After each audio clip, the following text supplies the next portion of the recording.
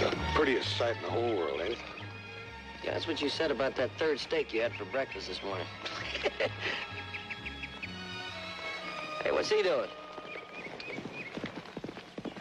That ain't no he. Ain't but one rider in the territory can ride like that. That's a she. It's that Laughlin young. Reckon she's in trouble? More than likely, knowing her, she's probably got somebody else in trouble. Hey, here's what she's after. She's got a wild one going. Yeah. She's gonna have a deuce of a time catching him on that nag she's on. Reckon we ought to help her? Come on, let's go.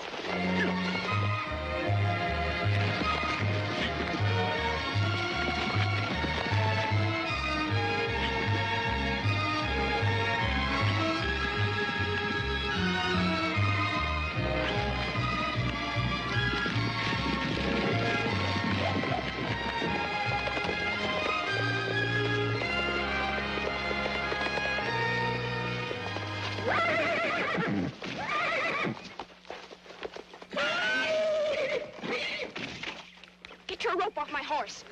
Yeah, now, wouldn't you say I was a height and brass horse, considering you happen to be on our property, dear? It doesn't make any difference. He's wild, and you know it. I started chasing him up in the hills. It ain't my fault he ran onto your property. Are you kidding? Now, what chance do you think you would have had of getting him if Hoss and I hadn't helped you catch him? Get your rope off, or I'll cut it off. And if you give me any more trouble, I'll lop off your ears. Joe, I believe I'd go along with her. You'd look funny without them 2 ears. All right, simmer down. We're just kidding you. It's your horse. I gotta admit, I envy you. It's a fine-looking animal. Maybe we might be able to make a little deal on him once you get him saddled, bro. He ain't for sale to you or to anyone else. Now, get your rope off. Yes, ma'am.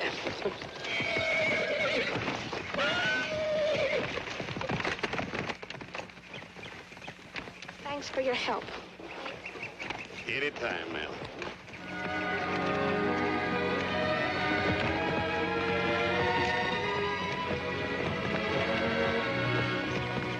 She means she wouldn't sell the horse. She and her old man in the horse business, ain't they? She's gonna have to sell that horse whether she wants to or not. The way her old man is. I reckon you'd let her keep a lame cow if you got a dime for it. Yeah, let's get home.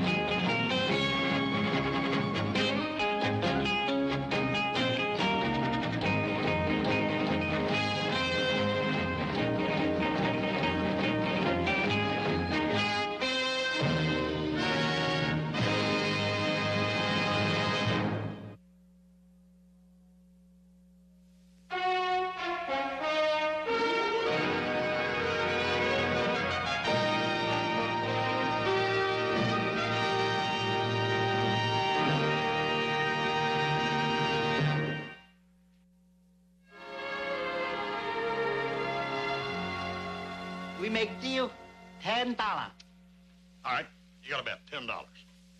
Hey, don't tell me he's got you betting on that Chinese lottery again. No. I done lost enough money on that, Joe. No, we're betting on the annual stake race. You're betting on the annual stake race? Yeah. That's my name. I'm in the stake race, you know, of course. Yeah. Well, if you're both betting on the stake race, that means one of you is betting against me. Hop Sink bet on you last 2 years, little Joe. Both time lose shirt. This year, bet on Tommy T. Tommy T. Well, I'm glad to see there's one member of the family who's loyal. Yeah, well, Joe, as a matter of fact, see, I'm a little short on shirts myself, so I bet on Flasher. Don't be too disappointed, Joe. I'll bet on you. I might even go as high as $5. Hop Sing, will you please get the food here? Promised Bill Porter I'd stop by his place this morning and see that bull he had shipped down from Oregon. Hey, I'll go along with you. I kind of like to stop off at the Laughlin place, take a look at that horse we helped Trudy catch. Oh, yeah. You two been talking about that horse so much, I'd like to see myself. Hey, Hop Sing, hurry up, will you? You're slower than Tommy T.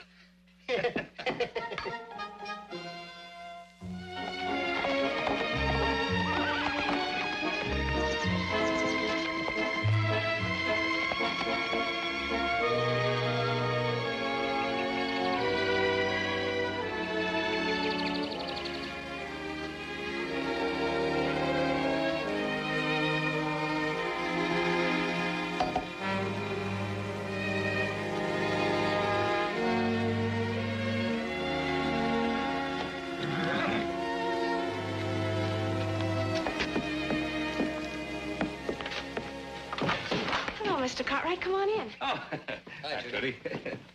Father around? He's out in the barn. I'll go get him. Oh, thanks. Oh, what do you want to see him about? About that horse we helped you catch. We'd like to make your pa an offer on him. Well, he ain't for sale. I told you that. Oh, well, boys tell me that he's an awfully good horse. Animals like that are hard to come by. You should be able to get a good price for him. He ain't for sale. The horse is mine. Trudy. And my pa don't know about it. How are you, sir? Laughlin? Ain't often my good neighbors the Cartwrights come to call. Join me in a drink? Thank you, sir. No, thank you. I just dropped by for a moment.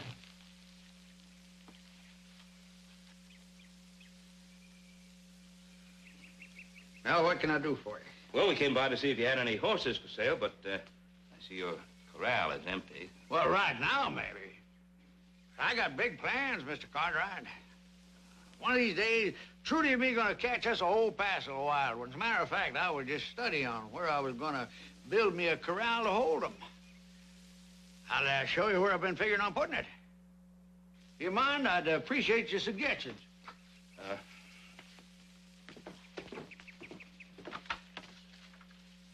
I guess I gotta thank you for not giving me away. Forget it. Look, you got that horse hid out somewhere, and that's none of my business, but... You know, your pa's gonna find out about it sooner or later. Oh, no, he won't. Not where I got him hid. I got him up at the far end of Lone Pine Canyon. Pa doesn't go up that far. You know how it's been since Ma died. Yeah, your pa hasn't done so well lately, has he? Ain't his fault. Got real sick after Mom died. Hasn't been able to work like he used to. See, I gotta help him, Joe. That's why I got that horse hid out. Want to keep him for breeding stock. Get a real fine horse ranch for Pa. Judy, you can't do it all by yourself. Yes, I can. Catch a few wild mares. Ain't never seen a horse like my Bonanza. That's what I named him. Yeah, it's a good name. Got him saddle broke already, and I tell you he's the fastest horse anywhere. Maybe we'll have to wait for that ranch. You can have it right now. Look at this. It's a stake race, $1,000 prize. If Bonanza's as fast as we think he is, why not enter him? Think I could? You got nothing to lose. Think about it. I'll see you.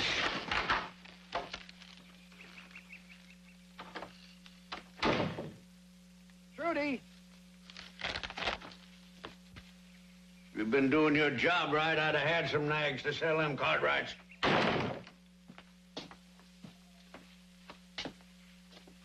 Where is it? In the wood box.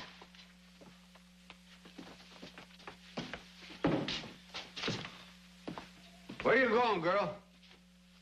Up in the hills to get some horses. Well, I hope you're lucky today or something. Sure been acting funny lately.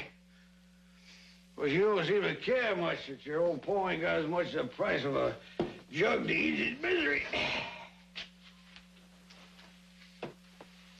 Everything's gonna be different, Pa. You just gotta believe me. I know it is. Oh, sure, there's a pot of gold and the rainbow, too, only you've been digging the wrong end. Pa.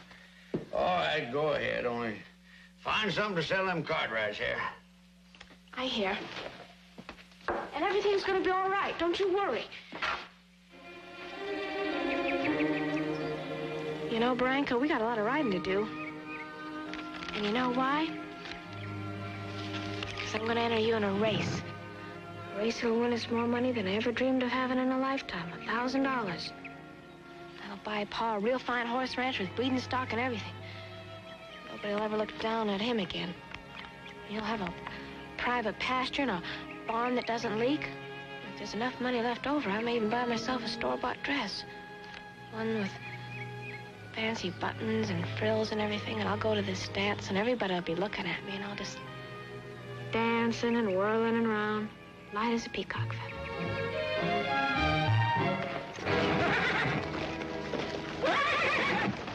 Hey, Branko, whoa!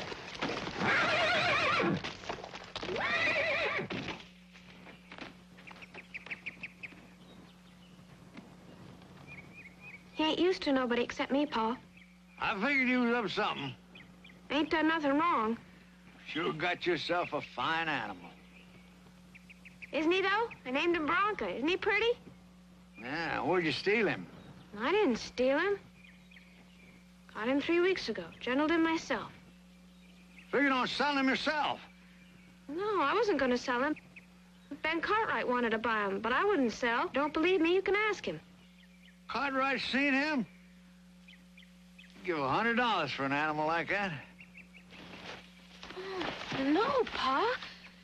We gotta keep him. Don't you see? Branca could give us everything we've ever wanted. A fine horse ranch and everything. Oh, you and your dreams.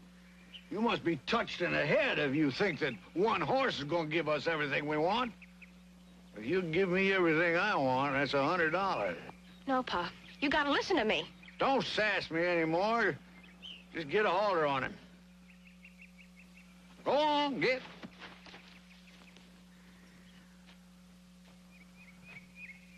You can't be serious, Laughlin. Bet I'm serious, Mr. Cartwright. You told Trudy you wanted to buy this horse. I'm telling you, I want to sell him. Even if she told you what that horse might mean to both of you? Trudy always has big dreams, silly dreams. I don't even listen to them. Well, it might be a good idea if you did listen to her dreams sometimes. Maybe you can afford time to listen to that foolishness. I can't afford to turn down $100 for this animal. That's all I'm asking. You want to buy him or don't you, Mr. Cartwright? The animal's not yours to sell in the first place, is it? I mean, Trudy caught him and broke him. Trudy's a minor. She ain't got no property rights. Ain't that the law, Mr. Cartwright? Yeah, that's the law. Well, then we got a deal. No, I don't want any part of it. Yeah? All right. Find somebody else to buy him. We'll have no trouble with a fine animal like this one. All right, let's go, girl. Please, buy it, Mr. Cartwright. Somebody's going to anyway, and I'd rather you all had him than anyone else. So you wouldn't be so far away from me. All right, Trudy. All right, come to the house. I'll get you a bill of sale and your money.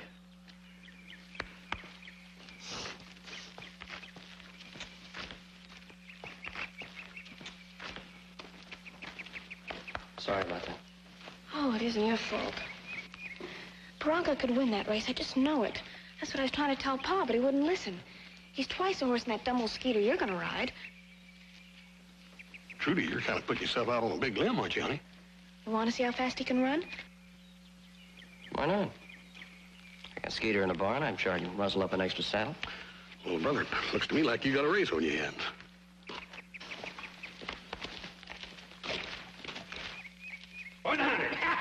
I sure thank you, Mr. Cartwright. Where's Bonanza? Horse? Trudy, she run off with him? She sure did. She left here on the dangest cloud of dust you ever seen. Huh? She and Joe's horse racing. Joe's on Skeeter. Oh, yeah? Hey, oh, she's beating him.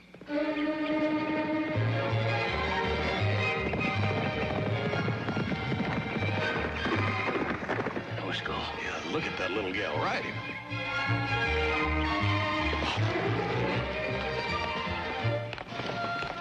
Great deal, Strathmore. She beat him 7 ways to Sunday.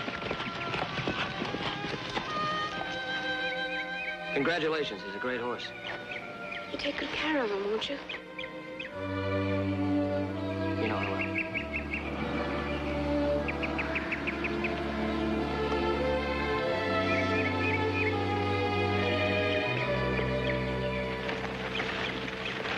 That was a good ride. Good ride, Trudy.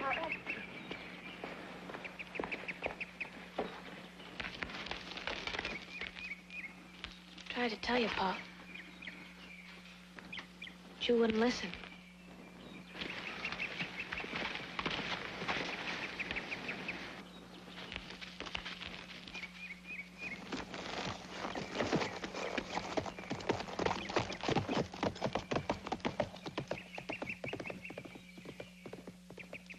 You cheated me, Cartwright. I ain't gonna forget it.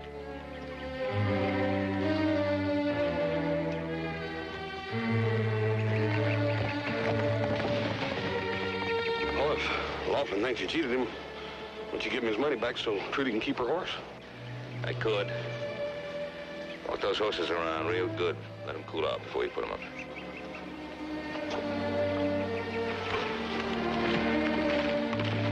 Take special care, Barranca. You don't want anything to happen to Trudy's horse now, do it?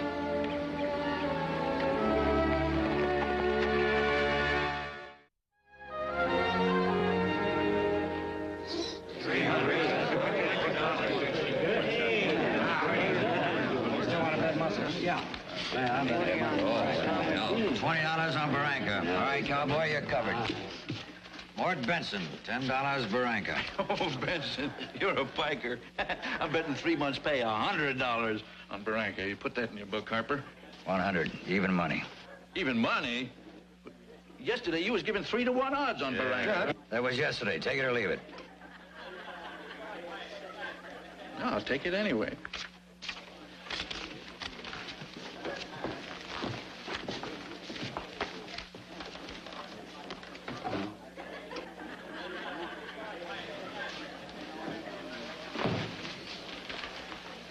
Hey, old-timer. They tell me you're the one that sold Barranca to Ben Cartwright. What business is that of yours, mister? Bartender, bring my friend a bottle here. That make it my business? Yeah, that makes it your business. Why'd you sell the horse so cheap? Word sure gets around. You're the one that's been spreading it. You've been on quite a drunk, Laughlin. You've been spouting off all over town how Ben Cartwright cheated you. Well, Ben Cartwright did cheat me. Well, that's no concern of mine. What does concern me is that Barranca suddenly become the overwhelming favorite in the stake race. I'm covering an awful lot of money bet on him right now. Well, my friend, you had better have an awful lot of money to pay off with. Barranca could beat any of those nags running backward. I saw my daughter ride Barranca against Joe Cartwright's Skeeter and beat him by a mile.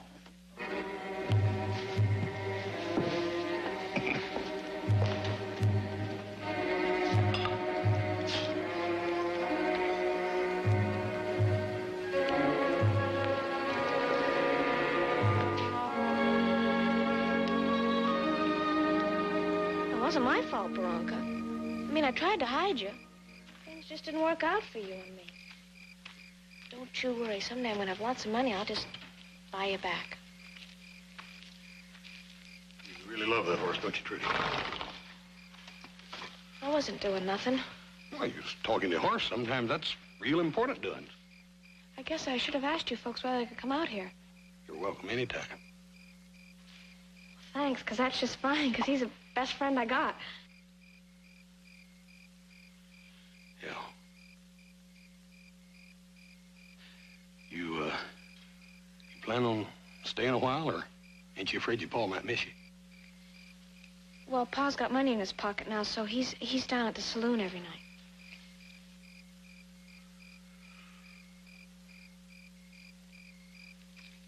Well, look, you and Barranca, go ahead and just have yourself a good visit. I'll see you after a while. Did you hear that, Barranca? I can come visit you anytime I want. And you won't be lonesome either. And they may let me even ride you. And you gotta admit, that barn's much better than that kraal you were living in up in the hills. We can just pretend that you're my very own.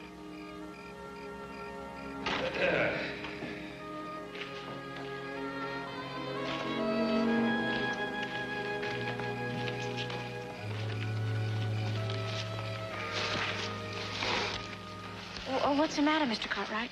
You told him, didn't you? Oh, yeah, I told him, Trudy.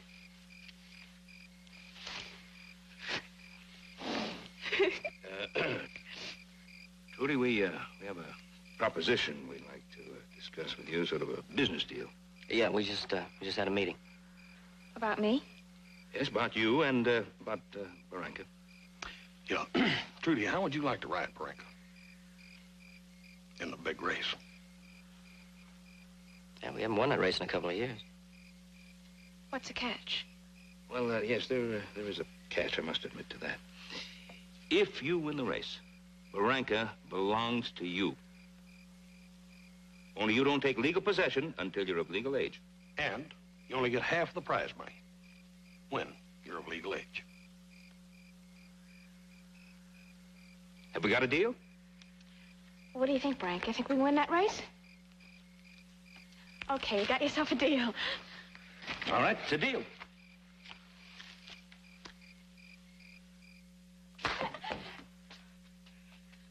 What good's that gonna do me? I need money now, girl, now.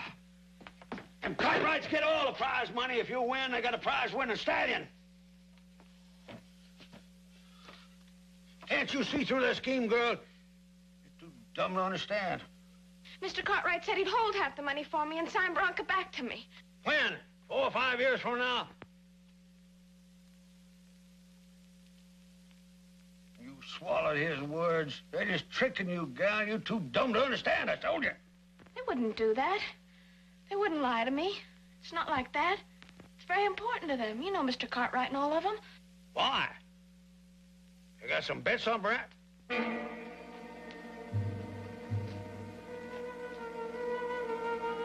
That it? They betting? How should I know? Maybe I was a little hasty. Riding that horse means a lot to you, don't it? Yeah, it means an awful lot to me. Come on over here, you old man. Come on over. I done changed my mind.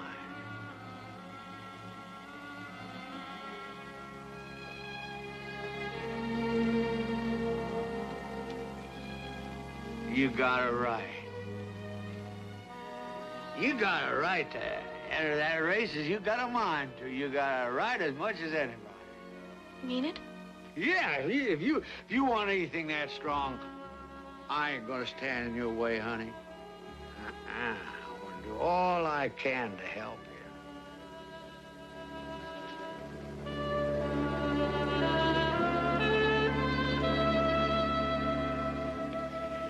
Now, wait a minute.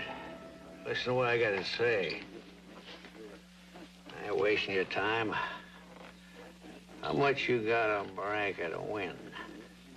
I've covered close to 7,000.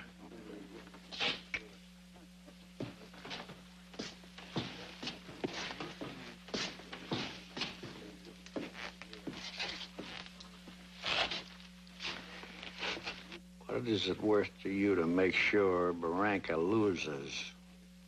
Forget it, Laughlin. You can't get to the horse or the Cartwrights. Maybe not. If I can get to my daughter. And Joe Cartwright ain't riding Barranca. My daughter is. Well, now, maybe you ain't wasting my time after all, Mr. Laughlin.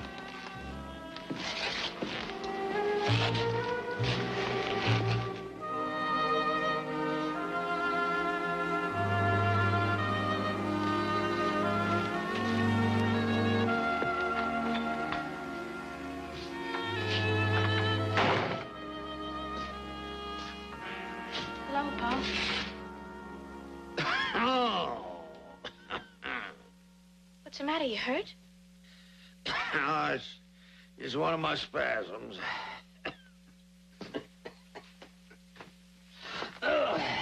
Comes and goes. Hey, go away after a little. It's just that where you going? Well, I'm gonna get dressed and go for a doctor. Oh, no. No, he can't do me any good. I've seen him already. That's why I've been drinking so much. Well, what is it? I don't know. It's one of them yard-long sawbones names. Is it bad? Rudy, I got about 6 months to live. Pa, come and sit down. I know. No use getting excited about it. Ain't nothing we can do. Well, there's got to be something we could do. Well, there's this doctor in San Francisco. Oh, ain't no use talking about that. It'd take a lot of money. Well, we've got money. There must be something left when we sold Bronca. That's not enough money. Take $1,000. Operation and all. Well, there's got to be a way. There is a way. Oh, no. I couldn't ask you to do that. Oh, what is it?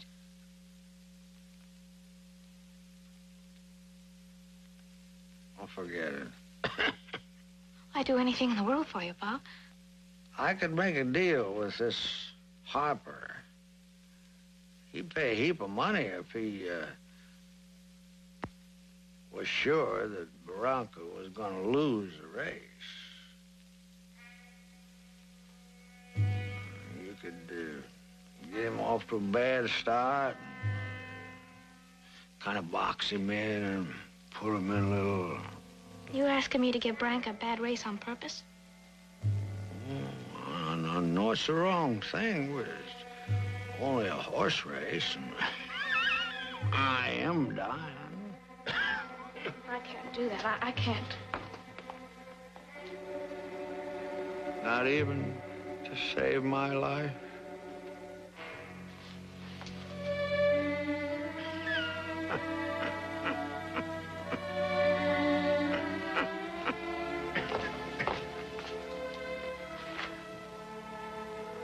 That's the way, honey.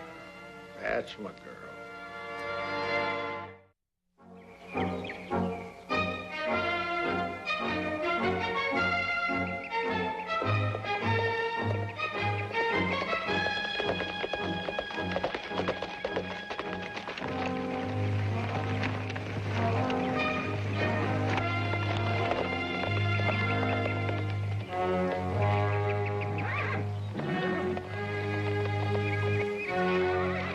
Down to see how you and Bronco's getting along. Looks to me like he's about as skittish as a polecat in a perfume factory. Ain't nothing wrong with him. It looked to me like he's trying to run off with you. Well, he's a wild horse, ain't he? What's the matter, hon? What's wrong? Nothing. I'm just tired. So's Bronca. I mean, I gave her a long workout. You haven't any reason to find fault with us. Why don't you call it a day? That's just what I'm going to do. If you can ride him on into the barn, I'll come in and brush him down and cool him off for you. Thanks.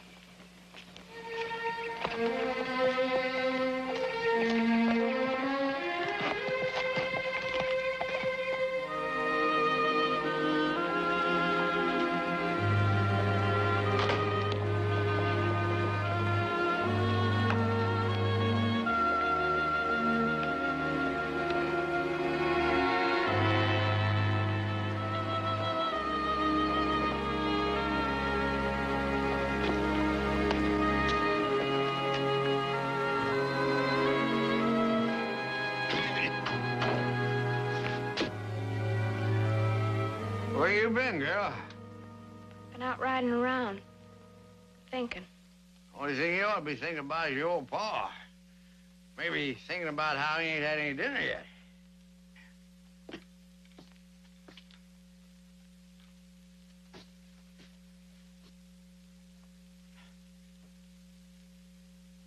Stop looking at me that way. Whiskey's the only thing that eases the pain. I had another one of those attacks today. Real terrible this time.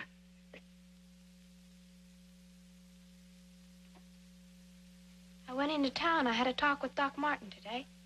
What made you do a thing like that? You checking up on me? Probably lied to you.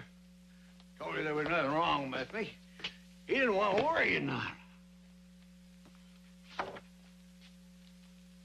Doc didn't lie, Pa. You did.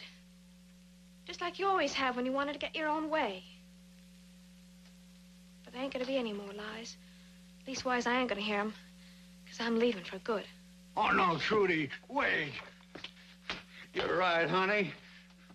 I lied, I admit it. I was wrong. But I didn't lie just for me. I lied for both of us. We can still have that ranch you've always wanted. We can have some fine horses, only you've got to stay, Trudy. You gotta ride in that race. You gotta ride Barranca. And you gotta lose. I made a deal with Harper. If I cross him, he'll kill me.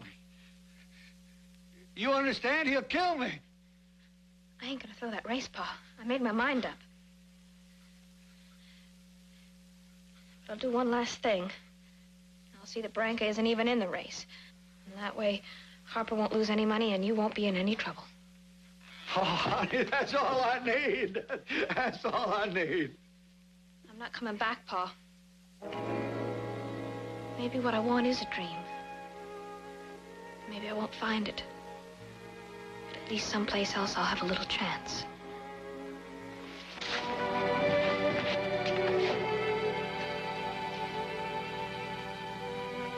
Trudy, honey. Goodbye, Pa.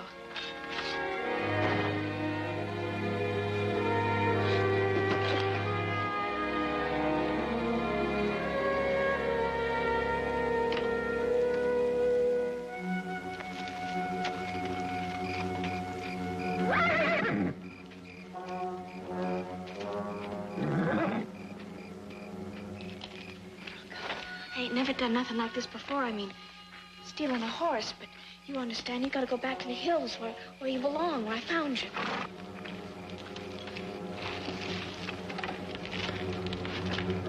Come on, boy.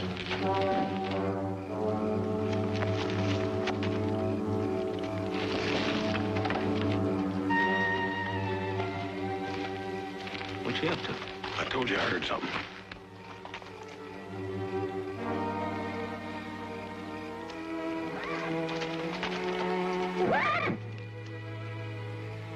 Go on, boy. Go on, go back and join the herd.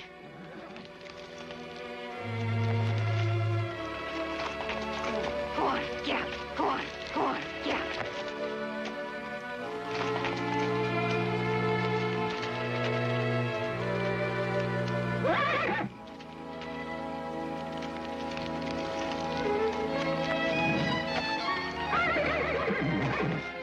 Go on, boy.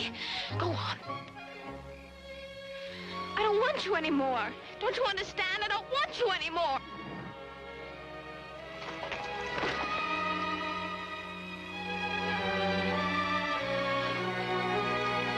Go on. I'm gonna throw this rock at you. Go on. Trudy! Trudy, what are you doing?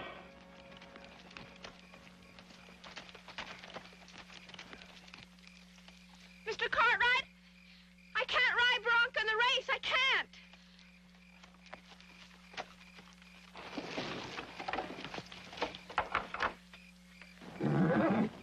Trudy! I told you, Bull. This morning she acted real skittery, and she was working out Bronco like she was trying to tie him up or something. And now this. You know, maybe this has something to do with what I was telling you about Harper and Laughlin getting their heads together. Her father just might be pressing her into throwing that race. There's a lot of money involved. Yeah, that would make a girl like her act this way. Sure would.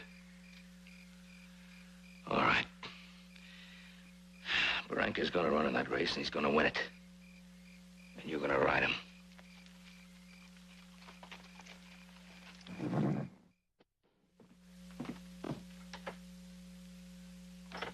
Evening, Mr. Cartwright. I'm looking for Trudy. Figured she must be here.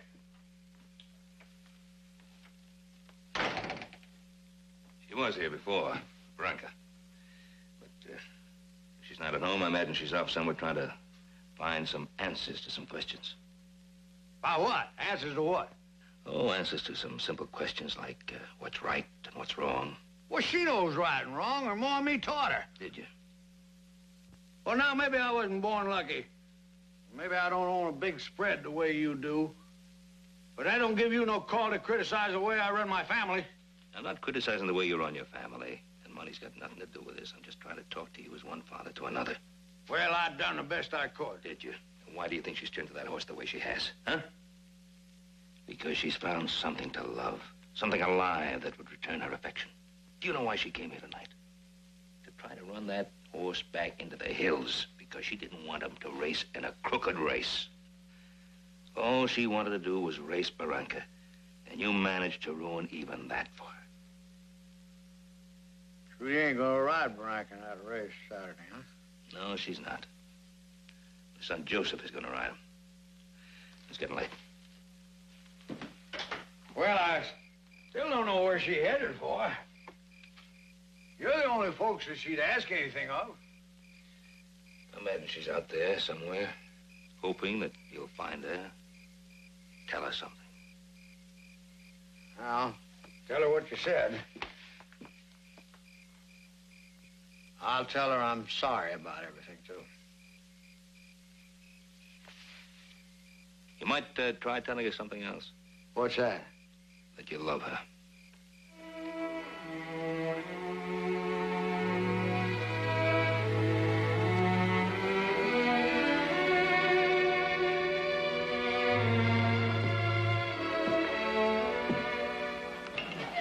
Hey, boys, we only got 10 minutes before the race starts. Bartender, give me a quick one there, will you? If it ain't too late, I want to get a bet done. Sure thing, friend. 50 on Barranca. I wasn't going to bet until they announced a change of riders a few minutes ago. What are you saying, friend? Well, that Laughlin girl ain't going to be riding Barranca after all. Joe Cartwright is. Thank you, friend.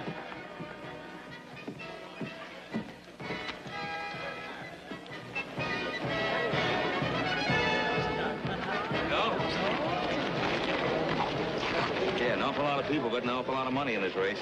It looks like most of it's being bet on you. I'll do my best.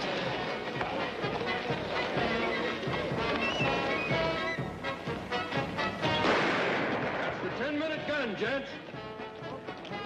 The next time I fire it, the race will be on.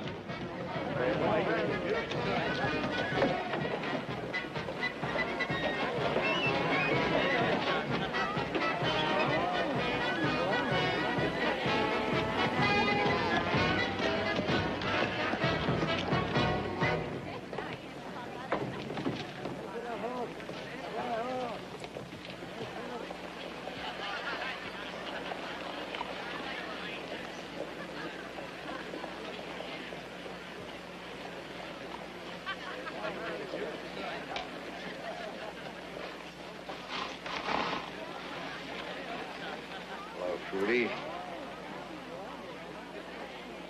Ain't got nothing to say, Pa. Trudy, when you didn't come home, I was worried. Told you I wasn't coming back. Yeah, I guess I don't blame you none for that.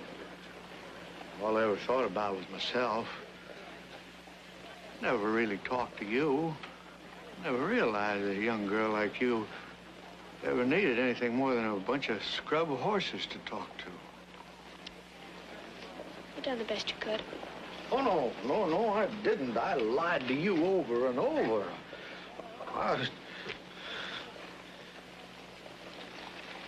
Don't go getting the idea that I'm trying to pull something just to make you forgive me. I realize it's too late for that. All I want you to do now is to do the right thing. What does that mean? I want you to ride Barranca in that race, and I want you to ride him to win.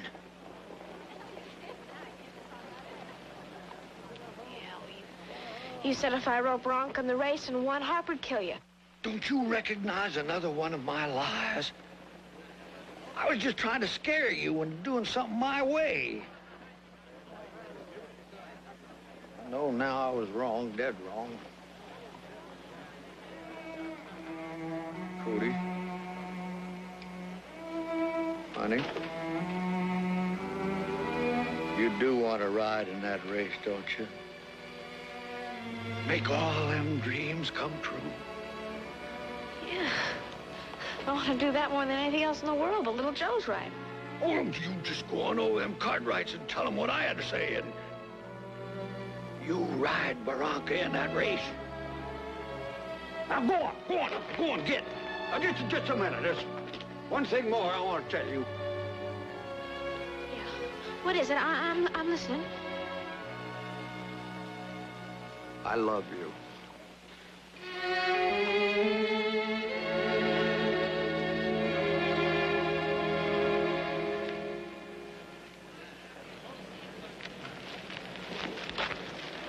crossed me, Laughlin. You said your girl would ride. She's gonna ride, Harper. But I crossed you all right. She's gonna ride to win. Maybe you're lying, maybe you ain't. But I always cover my bets. I ain't taking any chances on paying out all that money. All right, boys, we're leaving town. You too, Laughlin. But you won't be going very far. Bring the horse around the back. We'll get the money box. Let's go.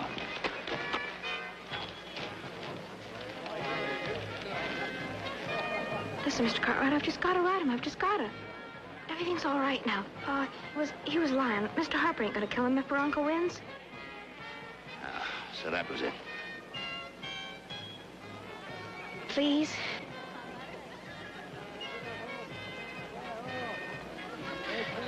You better get mounted up. You're gonna lose this race before it starts. Come on, give me that jacket. All right, gents. And girls, let's have a good start.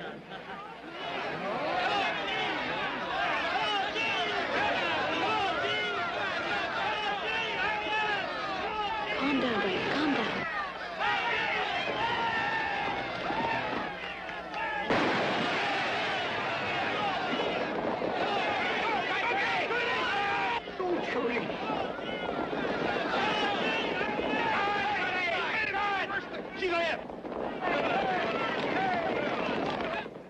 At least I got to see the start of the race.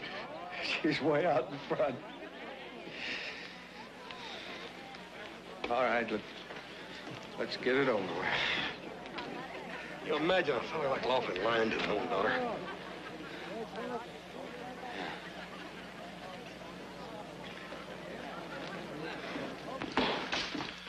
Pour me a drink, will you?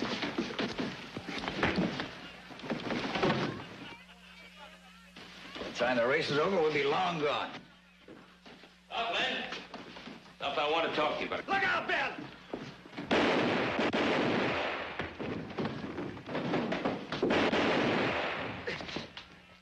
Come on, get over here.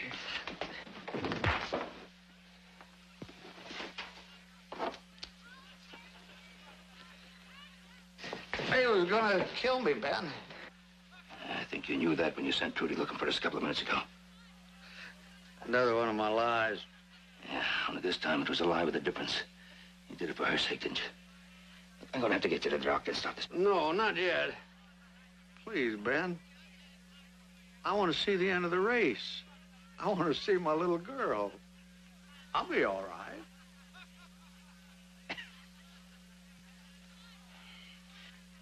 Get them over to the sheriff.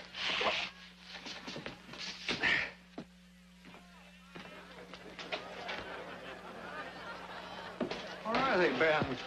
Where are they? It's a long race. Sit down.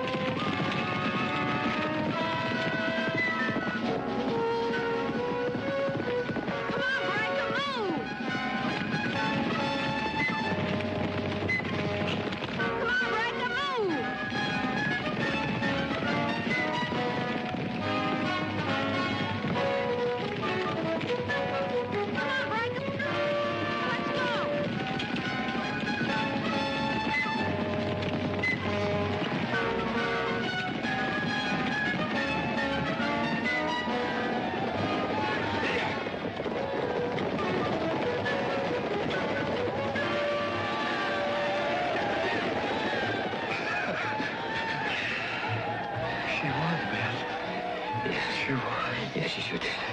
She should.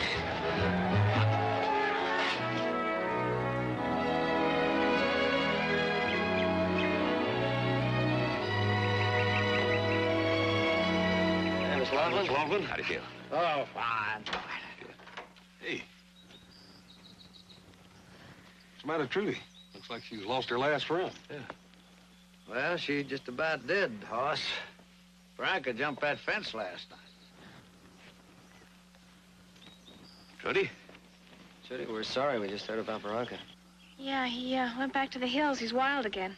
The three of us could go out and look for him. Might find him. Could do that. If he loves to run free better than he likes me, then that's what I want for him.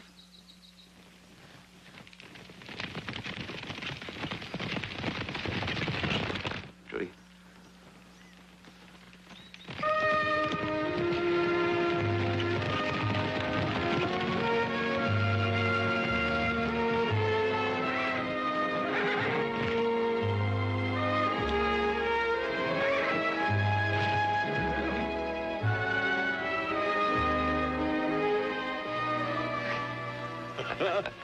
I'll be that bird.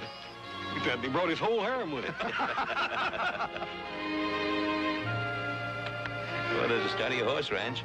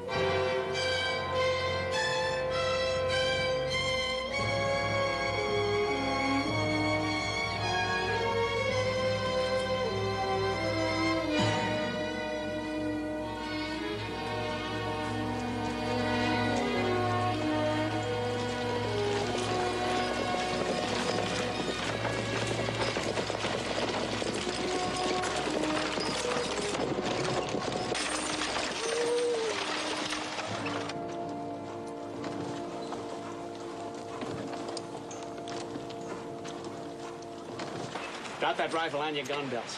Driver, climb down and unload the shipment. You keep your hands up.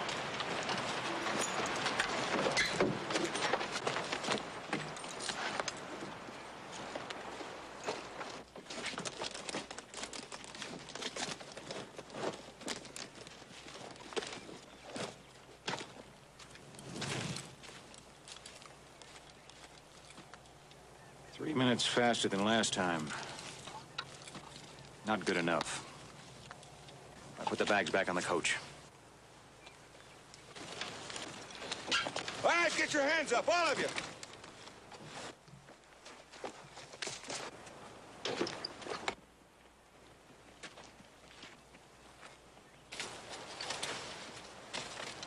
How about hunting table venison? Looks like I found something bigger than that. You made a mistake, Sheriff. We're not hold-up men. We've got a claim over the hill. We're sending ore samples to Virginia City for assay. My name is Fillmore. Jameson Fillmore, Sheriff. Ore? Those don't look like ore bags to me. Reverend, kneel down and open up those bags for the sheriff. Show him.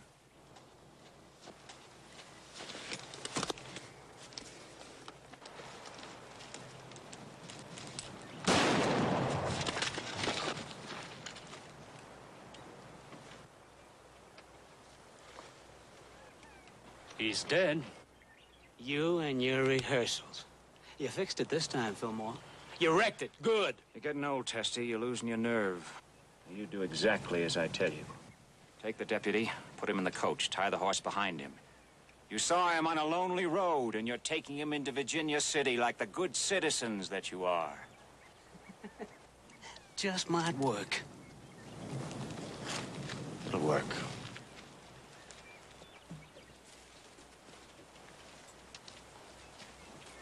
You're right. That's going to work.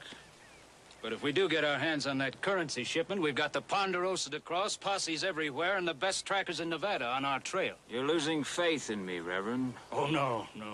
But I spent 4 years in prison, and I'm not particularly anxious to go back. Reverend, you're going to go on preaching the gospel to these poor lost souls until I tell you to stop. For your information, there won't be any trails to follow. Because we're going straight across Lake Tahoe. And we're going to do it in Ben Cartwright's brand new boat. Boat 7,000 feet in the sky. And we're going to use it on the biggest holdup ever pulled.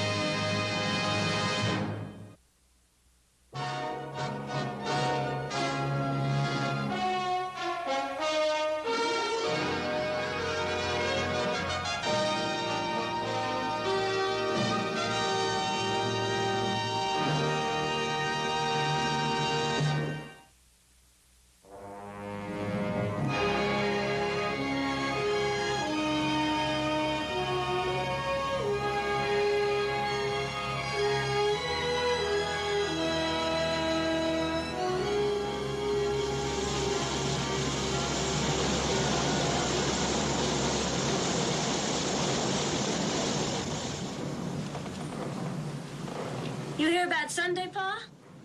Comes once a week, I understand. I mean next Sunday. What about next Sunday, Julie? We're going to be a picnic and a dance and a barn raising over at the OB Ranch. Candy's going and Horse and Joe and just everybody. I expect there'll be a few who'll miss the happy occasion. I know you're awful busy with freight shipments practically doubling every month. But even so... Julie, do you realize that this is the greatest opportunity a sailor ever had? There's room on Lake Tahoe for a whole fleet to open up this new country. With the help of God and Ben Cartwright, we could be part of it. I know, but... That's in the future.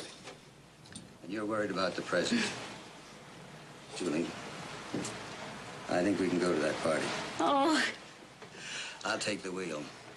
I'm sure that your social activities will take up a lot of time. Thank you, Papa.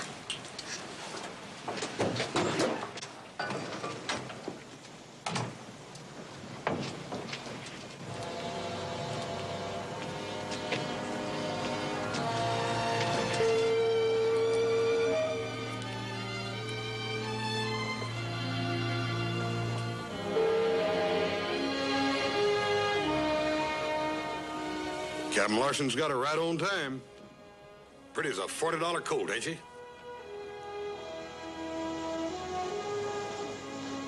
A little bit different from some of them clipper ships you sail, huh, Paul? Yeah. I'll tell you, she's gonna be all right. Till we get some good roads, that's the best way to carry heavy freight around here. She'll pay her way and then some.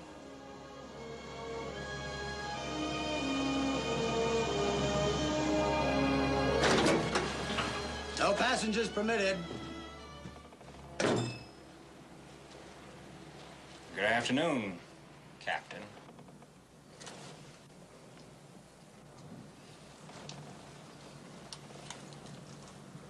When did you come aboard? Oh, I hopped aboard just before you left the South Shore. You were busy, Nels. Nice. Almost as big as the place we once shared together for so long. Cell 241. Cell block D, in case you've forgotten. What do you want? An introduction to Ben Cartwright. I am Jameson Fillmore, lumberman from San Francisco.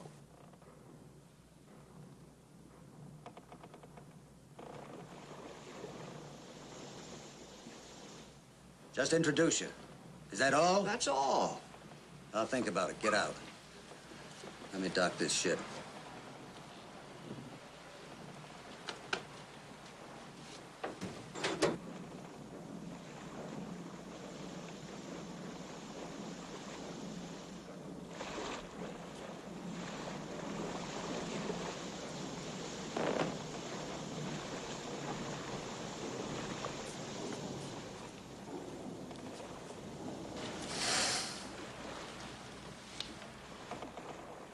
Tell you one thing, Caddy, it's a good thing I'm running that cow camp instead of you. You throw that rope, I don't think you'd catch anything but a cold.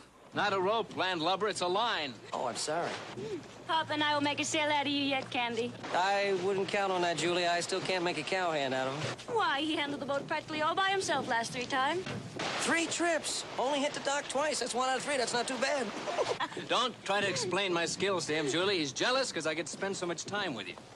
Hey, wait for me, Captain Kidd. I'll give you a hand. Thanks a lot. Julie? Hi. Well, Nels, have a good trip? Fine, fine. Thank you, Mr. Cartwright. Got the mail, huh? Good. Yeah. I'm afraid there's bad news in the paper. Friend of yours, wasn't he? Yes, he was a friend of mine. Nels, did you hear anything around the lake? No, sir. Not a thing. This is shocking. I tell you, this is just terrible. I heard about this yesterday on the South Shore. What is this country coming to when even the officers of the law can't ride the roads in safety? That's what a lot of people are wondering, sir. Mr. Cartwright, this is Mr. Jameson Fillmore, a lumberman from San Francisco. Fillmore? How do you do, Mr. Cartwright? Yes, sir. Cartwright, owner of the Ponderosa Ranch and this fine stern-wheeler? That's right. Well, that's quite an achievement, launching a ship this big so high in the mountains. Well, Mr. Fillmore, I consider it a great achievement. And I can say that because I had nothing to do with the building or the launching of it. It was brought up piece by piece, on muleback, right up the side of the mountain. By the man who had the vision to do it. I merely bought it from him. Hey, in the lumber business, are you, sir? Yes, I am. And I've spent a great deal of time up here in Lake Tahoe, and... Beautiful, isn't it? Yes, it is. Frankly, when I saw your Bear Ridge stand of timber, I said to myself, I have just got to have it. So I took the liberty of bringing along 2 of my top timber cruisers. Well, you don't waste any time, do you, sir? And with your permission, I'd like to have them cruise that stand of timber. And after I get their reports, I'd like to be able to make you an offer that you cannot refuse. I find no objection in that, sir. Good.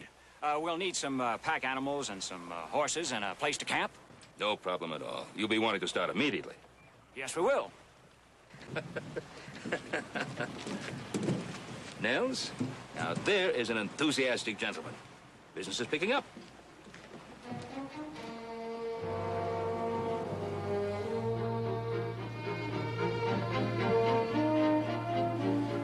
You made that introduction sound legitimate, Nels.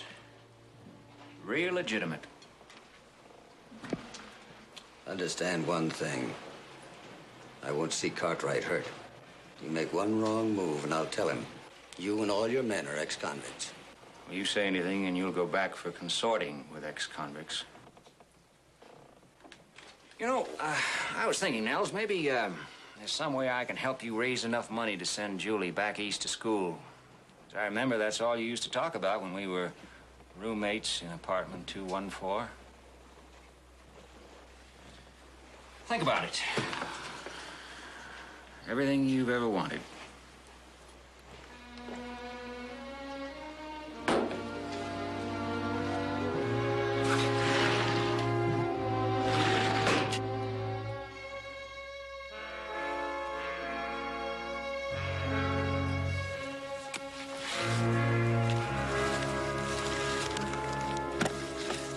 At the bottom of the grade, the Reverend will be waiting in the middle of the road. We stop the stagecoach, take out the currency. Remember, this time, it's $1 million. We load it into the Reverend's bag among his hymn books and his religious tracts. Well spoken, brother.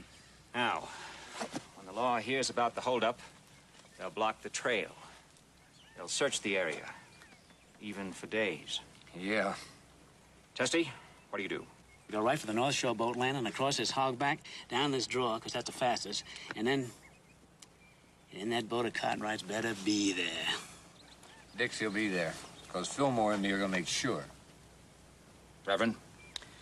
I ride through North Meadows. I meet somebody, I start thumping my Bible. If it's a posse, I tell them I saw 3 riders headed away from the lake into these mountains. You're forgetting something, Reverend. Something absolutely essential. You do not hurry. You are a preacher with all the time in the world. I don't sweat. I don't strain. I don't lather my horse. And if you ever again raise your hand against me, I'll kill you. I'll do my job. And I'll make it look good. Good? Perfect. Every man, every move.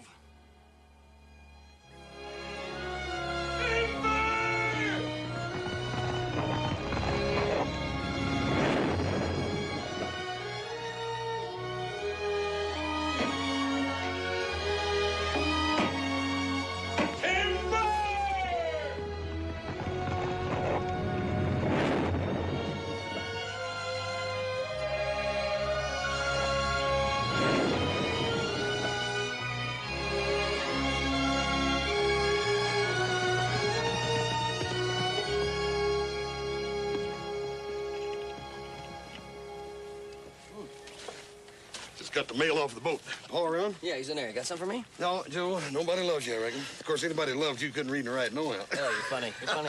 Anything there from San Francisco? No, nothing. Why, you expecting something?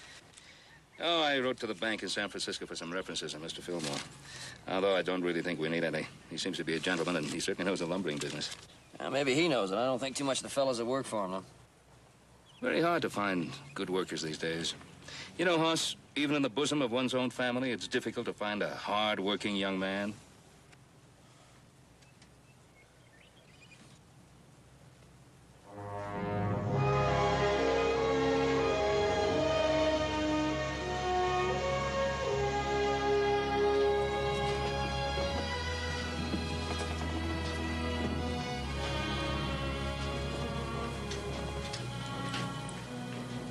What's wrong, Papa?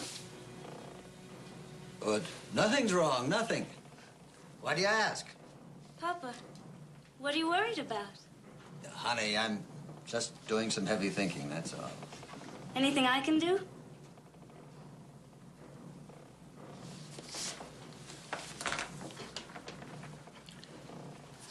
You already have. All the time that I was in prison, I think I might have given up and died if I hadn't known that 2 people on the outside believed in my innocence. You and Ben Cartwright.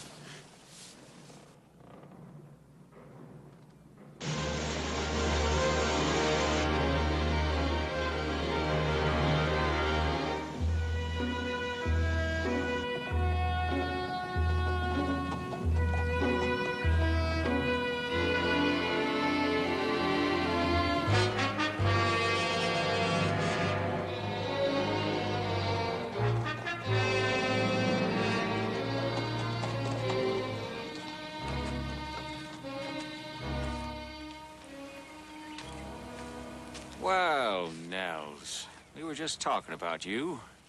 Step down, say hello.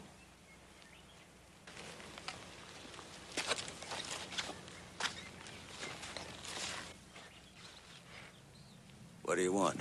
Settle a wager. You know, we sit up here all day watching all the activities down on the water. And who should we see an hour ago getting on a horse, riding away from the dock?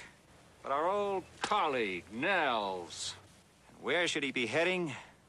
But on the only road leading to Ben Cartwright's logging camp. I work for him. I can talk to anyone I want. But not say anything you want, Nels. So you finally decided to be a hero. Throw caution to the winds. Warn Mr. Cartwright, huh? No, sir. No, not anything like that. You told me that you're not planning anything. I believe you. I believe all of you. Yeah, we're old friends. We've been through the mill together. Why should any one of us hurt anybody? Where's Papa? I haven't seen him. Well, he was only going to be gone an hour. I took a nap, and when I woke up, Oh, we're due to sail in 20 minutes, and Papa's never late. Well, he and Ben Cartwright probably got to talking and forgot the time. I'll ride up there and meet him if it'll make you feel better. No, that's all right. I'll do it. You gotta get the Dixie ready to sail. You're the captain now, right? Right.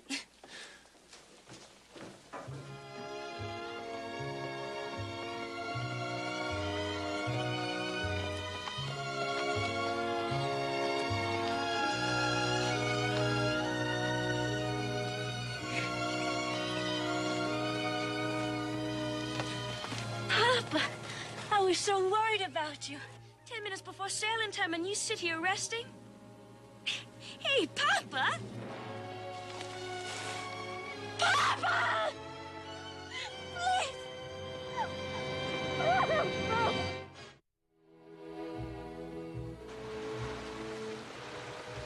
Papa loves the lake.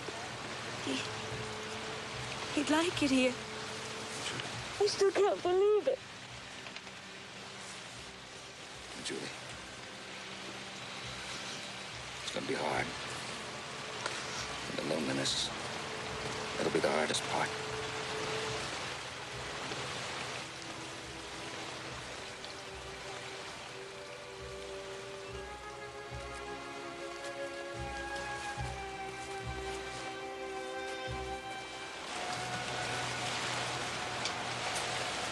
We found plenty of tracks, but lost them up in the shale. It still looks like attempted robbery. I think the killer saw him riding up the trail and thought he was bringing you the money for your loggers. It's possible. I don't think it was robbery. Nels Larson had been carrying around a big load of trouble. He was jumpy, nervous, not himself at all.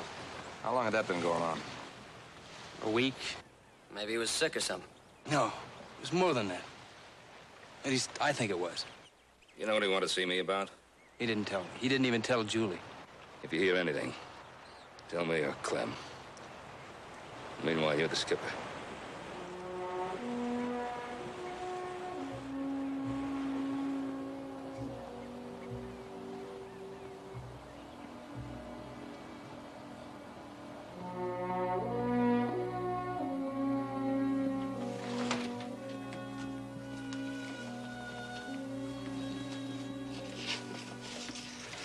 Julie, you don't have to do that. I'll take care of it.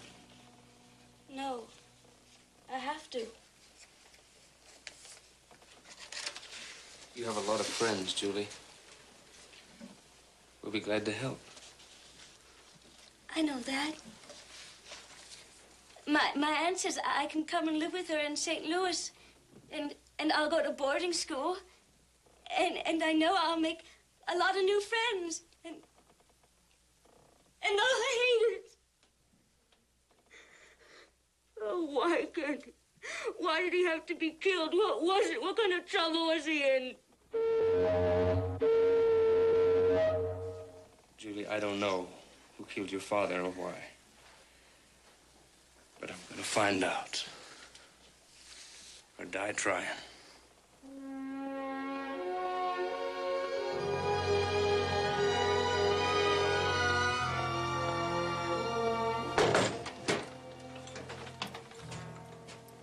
Howdy. You mind if I come in? Looks like you are in.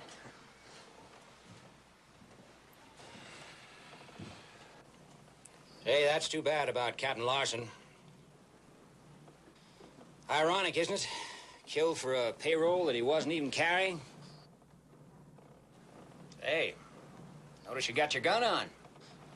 Yeah, I felt kind of out of balance without it. And a nervous little man with banker written all over his face handed you a pouch at the dock. If I were a betting man, I'd say today was payday. You know, funny you should mention payroll. When I was a kid, I used to read about robbers. I used to try to figure out how I could do it better. And since I've been working for Larson, I bet I've figured a dozen different ways to steal that payroll. Just to pass the time. Just to pass the time. Yeah, sure. Stealing it'd be a cinch, but well, getting away with it's a tough part. But I just might figure out a way to do it, just to pass the time. Well, I'll have to give that some thought myself. Just to pass the time.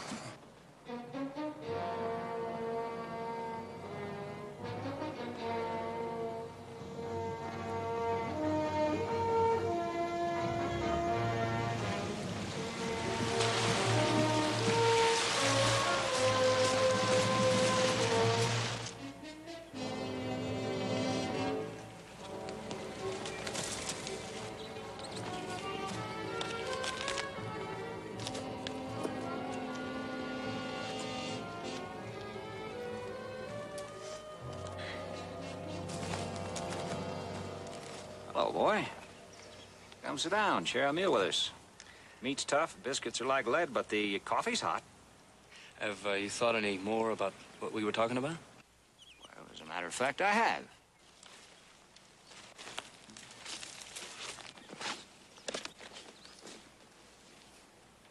Wow, looks like payroll day.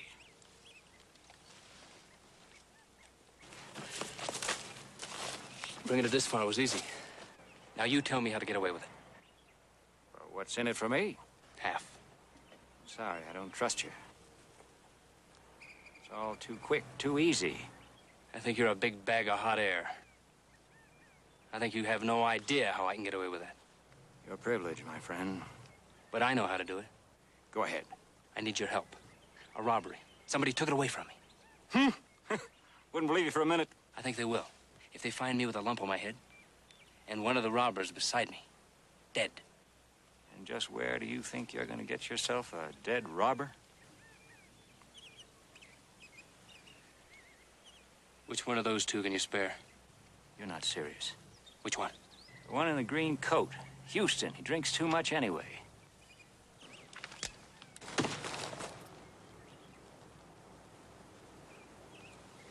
My congratulations, boy. My sincere congratulations. How would you like to make 4 times what's in that payroll bag with no risk at all? 4 times? 4 times. I'm listening very carefully. Just take that payroll bag to the Cartwright camp like you're supposed to. What? Then go back to the boat, stay there, do your job until you hear from me. All right. I guess I just have to trust you, don't I?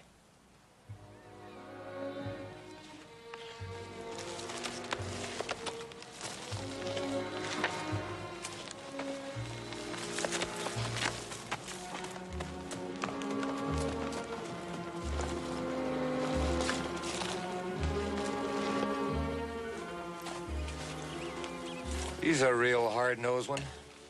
About as friendly as a porcupine. How right you are, Houston. How right you are.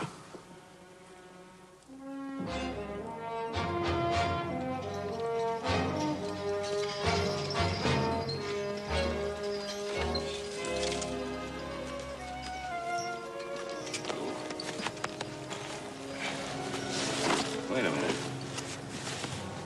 What's this doing open? It's all there. I opened it when I offered Fillmore half the payroll. You what? Offered Fillmore half the payroll. I think you heard him right the first time, Paul. All right. You start talking. You better start from the beginning. Yeah, I better. Julie and me have done some hard thinking. And we're sure that her dad's trouble started when Fillmore showed up. What's that got to do with this payroll? Well, Fillmore's been feeling me out for a week. I set up stealing the payroll to test him. And I offered him half. Well, young man, don't you think you ought to consult with me before you start doing anything like that? Well, as it turned out, Mr. Cartwright, there wasn't time. If I'd have brought this up here before I went to Fillmore's camp, he'd have known I was setting a trap. But he didn't take the money, did he? No, he's after something bigger. He offered me 4 times this amount if I go back to the Dixie and wait for orders. Paul, don't you think it's about time we get the law in on this? What's the law got to do with it? There's no evidence. All we've got is Candy's suspicions. I want to turn that suspicion into evidence. I'd like to go back to the boat and wait.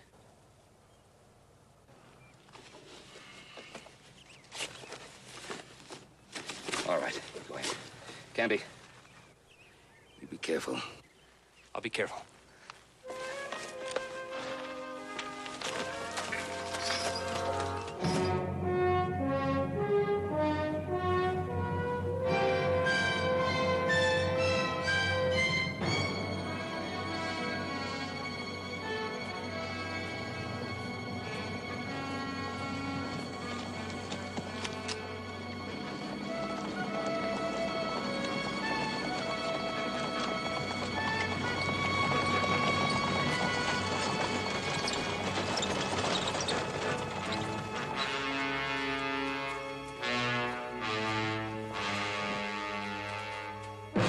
Got that rifle on your gun belts. Driver, climb down and unload the shipment. Hurry up!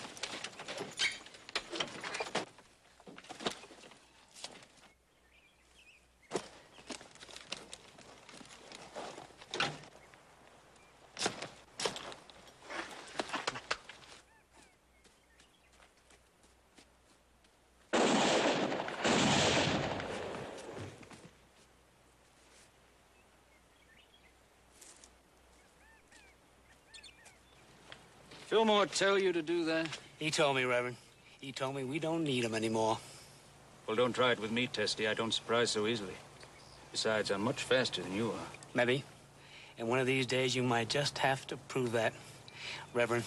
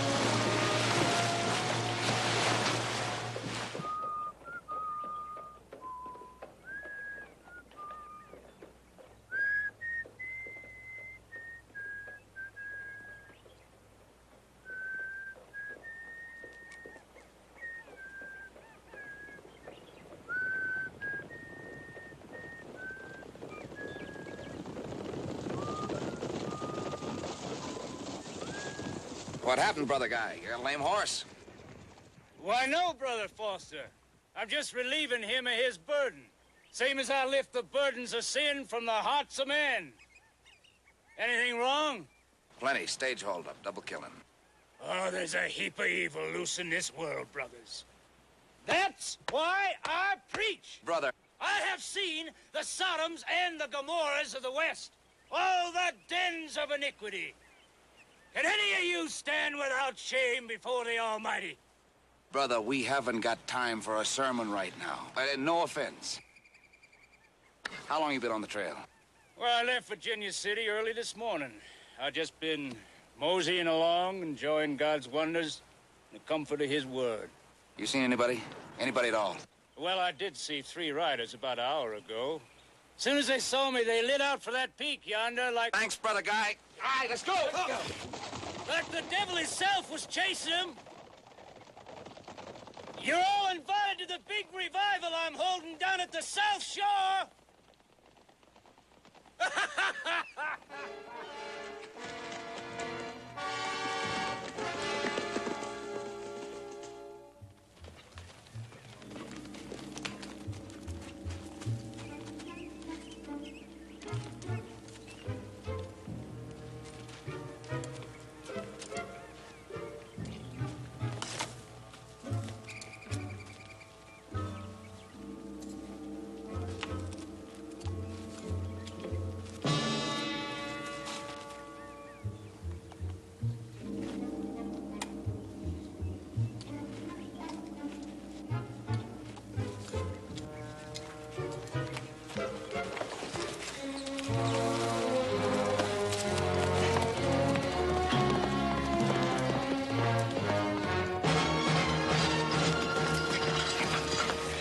Fillmore's camp. Nobody there. Well, they're probably out timber cruising. Unless they can make a boundary without a compass. That's right.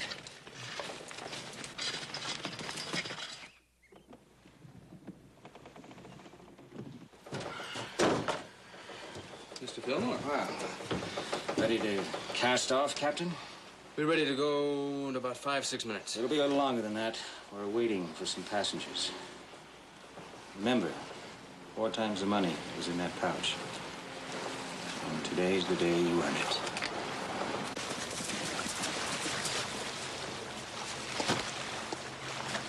Sorry, folks, we have engine trouble. Everybody ashore.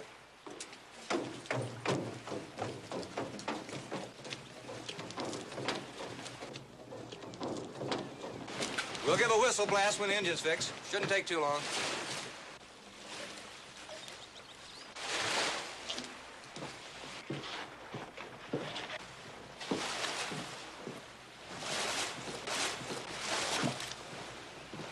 Bless you, brothers. Nicely done. Where's Fillmore? Up in the wheelhouse.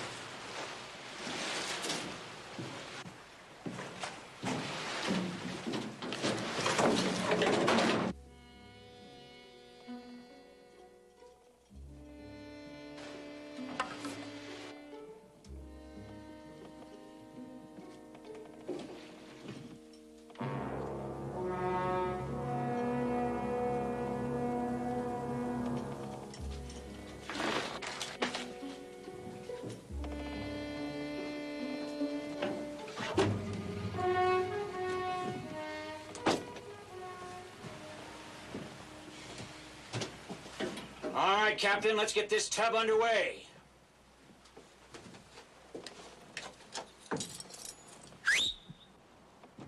Full reverse.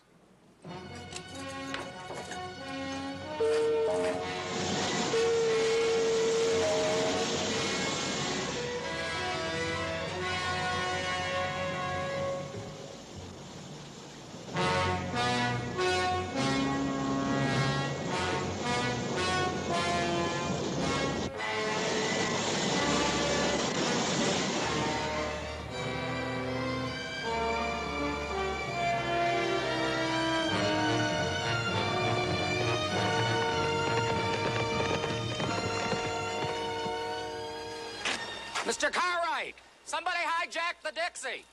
How long ago? About 15 minutes ago. That's right.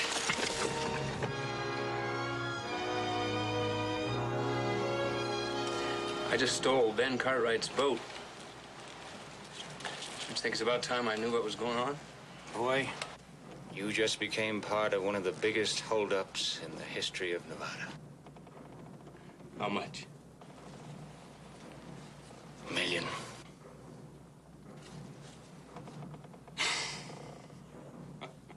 They can run until they drop. They'll never catch us. Well, what do we do when we get to the South Shore? We don't. We turn into a cove before we get there. There's a man waiting with saddles and pack horses. Beyond that, the Placerville stage. Drivers bought and paid for. From there, to San Francisco. And then, a boat to Panama. How does that sound? Great. I never been to Panama. I like your style, boy. We're gonna get along fine.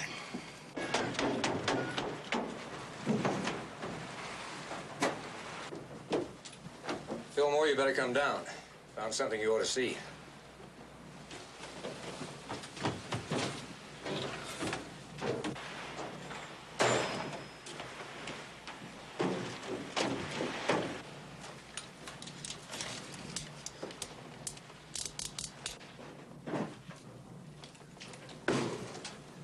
She was hiding. We missed her when we run the others off. It's the young lady's misfortune that she's here. Of course, it's our good fortune that Tahoe is the deepest lake in the world. 1,600 feet straight down.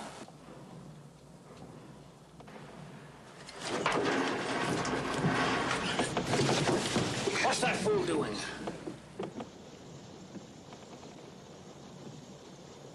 He's trying to run our aground.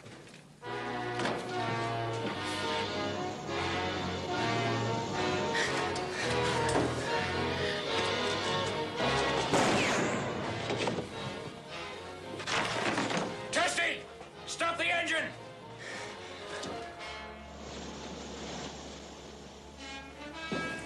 He's got the wheelhouse.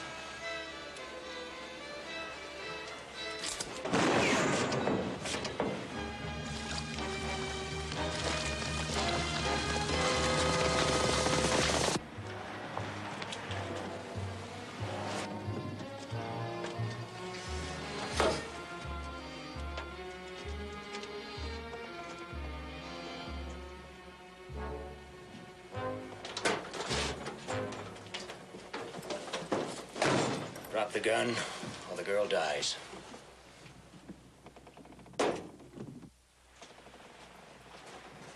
Houston! Tell Tessie to start the engines and get us out of here! Guy! Come up here!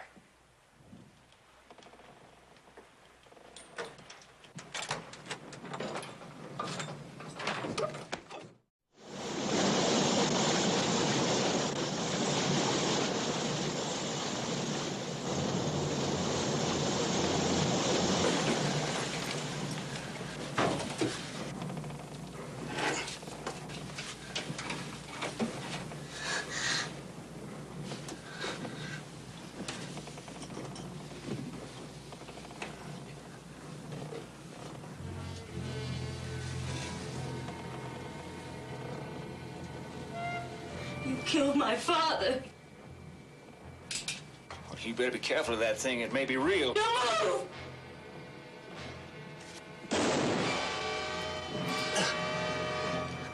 Little girl.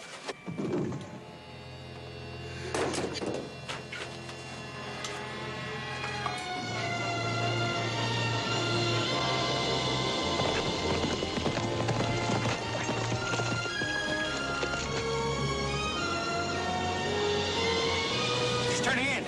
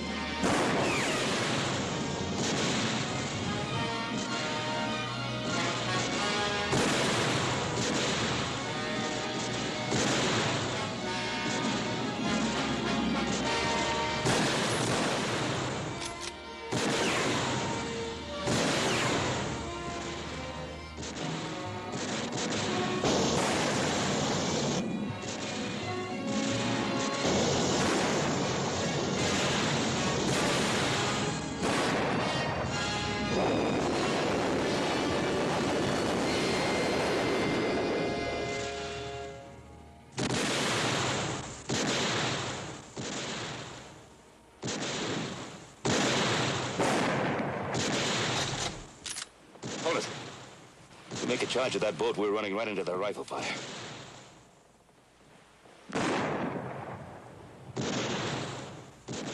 Cover me. Give me some running room. Joe, they'll kill you the minute you set foot on that deck.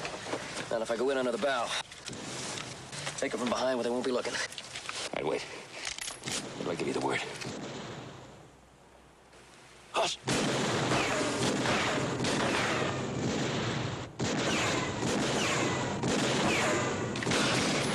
Now.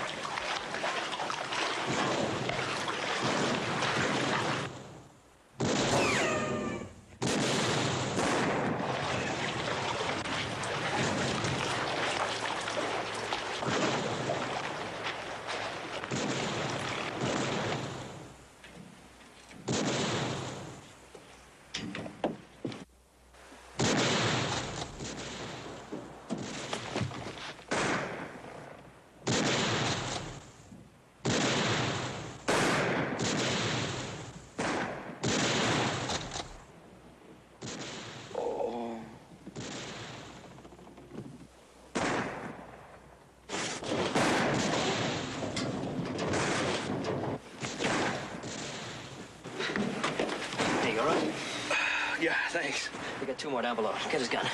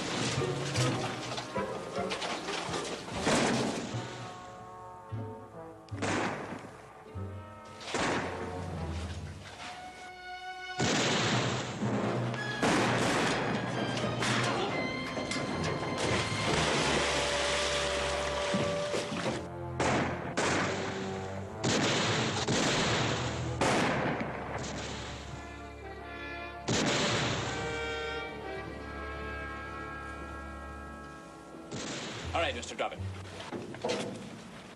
Stand up and drop it.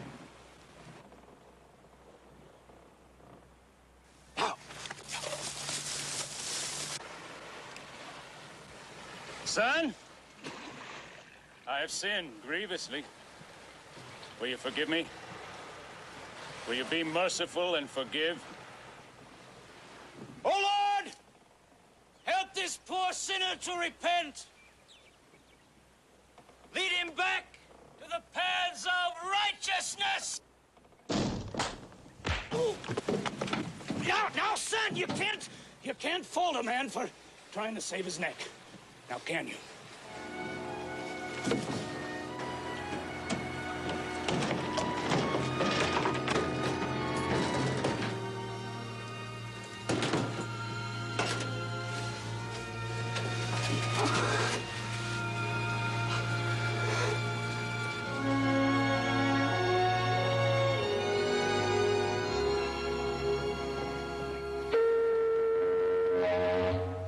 Now, Julie, you remember now, we have an agreement.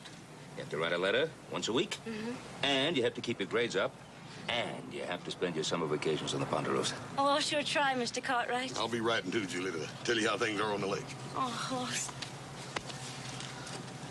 Candy? I'm sorry you're not going to be around to make a sailor out of me. Hey! Come on, all you landlubbers, get ashore. We're heading for the south end of this lake to meet the stage. Well, that being the case, Candy, if I'm going to make a cowboy out of you again, we better get started. What's the hurry? I got 10 minutes left on my lunch hour. And you got 20 miles to ride to where your work is, so you better start slapping leather. Julie, you have a good trip now. Bye-bye. Bye, Julie. Bye.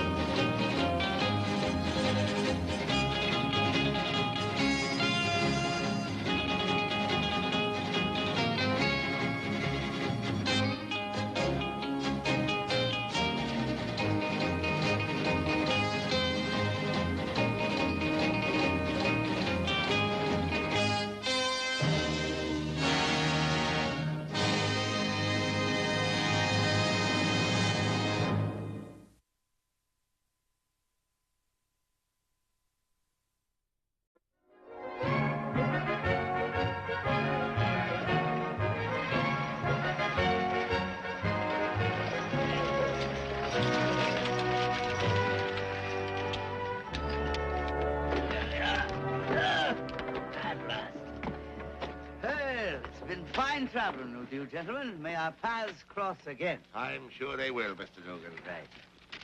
Ahead of schedule. That's the first time that's happened in years. Ahead of schedule? Yeah. Well, don't apologize. These things happen. It's been a bit of a dry trip. Would it be imposing for you to keep me luggage? No, not at all. I'll put it right over here, and the agent will keep an eye on it for you. Now, this agent, would he know an inhabitant by the name of Benjamin Cartwright? Everyone around here knows the Cartwrights and the Ponderosa. Then he wouldn't mind telling Benjamin I'll be waiting for him in the saloon. Thank the both of you. Mm-hmm. Mr. Dugan, would you like me to take care of that little black bag for you? Thank you, no.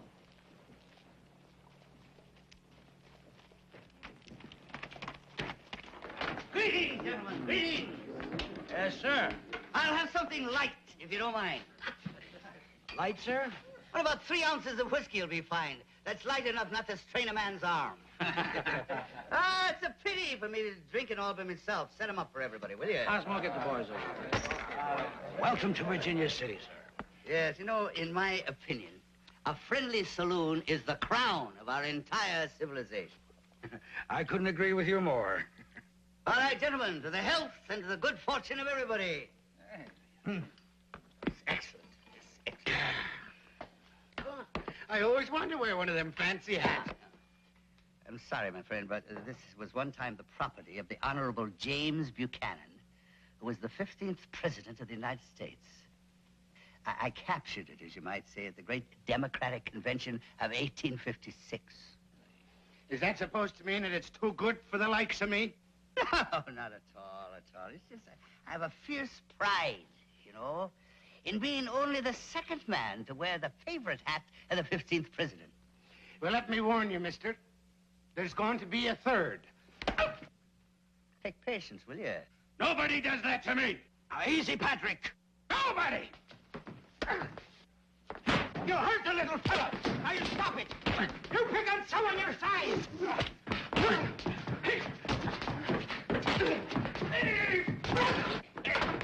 Yeah. Touche, as the saying is. Now, mind your manners. These things will happen, lads. Don't let it interrupt your drinking.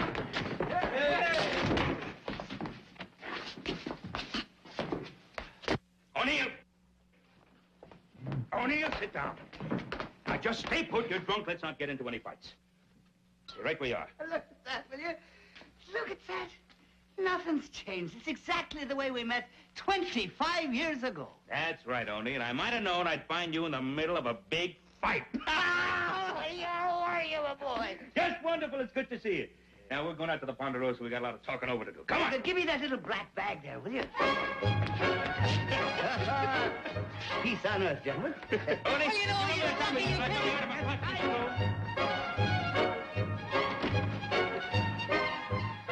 I might have known he'd be a friend of the high and mighty Ben Cartwright. Be a pleasure to kill them both.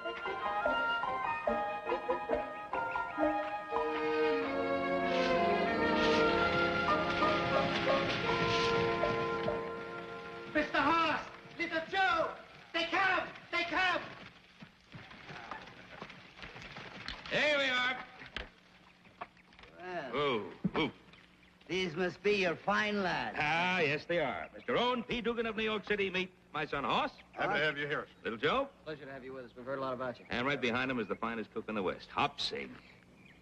Now, I don't know if Mr. Dugan owns Manhattan Island outright or just holds a long-term lease on it. If I told you how long I'd known your father, you might discover he's been lying about his age. Get Mr. Dugan's bag. It's a very impressive place. Our home is your home. Stay a lifetime. It's just possible I'll do that.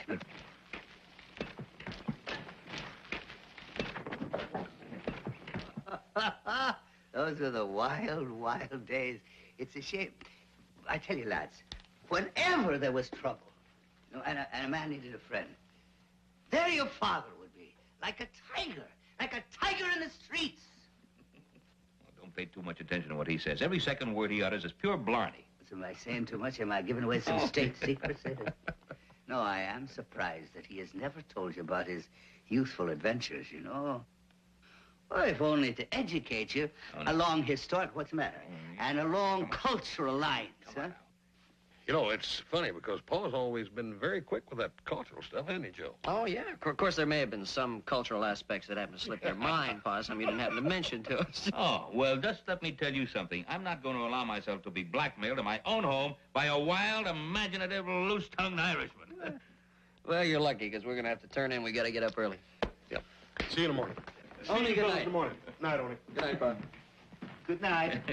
I not fool with tiger in street. Those are two fine lads. You're a lucky man, Ben. Oh, I know it. Tell me about your daughter, Julie. I was hoping you'd ask. I tell you one thing. She is her mother, born again. Oh? Isn't she? Oh, my. She's beautiful, honey. Beautiful. And she's living in San Francisco. Yes, I sent her there to school after her mother passed away. That's 9 years ago. St. Rose's Academy, and now she's at the College of Sacred Heart. Well. And she is a lady to her fingertips. You haven't seen her in all this time? No, I was all mixed up, you know, with my factories and steel mills and shipping interests. That's the way life goes, what with one thing or another. And that is why I'd like to settle here in the West. Not to be sitting on the poor girl's doorstep, exactly. But to be reasonably near in case she needed me. Like this area, for example. You know what I'd like? I'd like to invest in a business of some sort. Around here? Yes, like a racetrack in Carson City. Well, you know what I've always dreamed of doing? What? To own and operate the biggest saloon in the world. I tell you, you'd make a fortune. Only, I think your ideas are just a little too rich for people around here. Oh, there's some very good investments around here, very practical investments that could be made. Are you really serious? You see that bag over there? Huh? I'm at least that serious. You don't think I carry this bag around with me because I'm afraid somebody will steal my laundry, do you? There is $114,000 in this bag. It's the proceeds from a little brewery I sold in Boston. You're not joking. I never make that expensive a joke. Won't you take this and invest it for me? Me? Invest that for you? Oh, wait a minute. But I don't get the problem. We're both businessmen. I've been here for 8 or 9 hours. I've talked with both of your sons. It's as clear to me as a cow in a teacup that you are the #1 citizen of Virginia City, and you're a man so honest that it hurts all over. And what is the most important thing of all is, after all, you're my closest and my best friend. So, well? Now, look, Only, I have never been comfortable using other people's money, investing people. I couldn't do it. I wouldn't know how to. There's a very good thing around here I think we might be interested in. What do you know about lumber? Yes, it comes from trees. Right? No, be serious now. No, there's a piece of land, a lumber tract, which I have an option on it. I've refrained from exercising the option on it. I didn't want to spread myself too thin. Now, if you're really serious about investing $100,000... Let's start. Now, wait a minute now, Oni. This is your money we're talking about, not mine. Now, you've got to know everything about this kind of operation. Now, if we were talking about entering into a pawn shop, say, in the Bowery, well, then I'd expect you to take my advice. But here we are in your territory, and I'd be only too eager and too proud to take your advice. As simple as that? As simple as that. We're in business, right? Yes, I guess we're in business, right? Take it, count it, and put it in the safe. Only Right. Huh?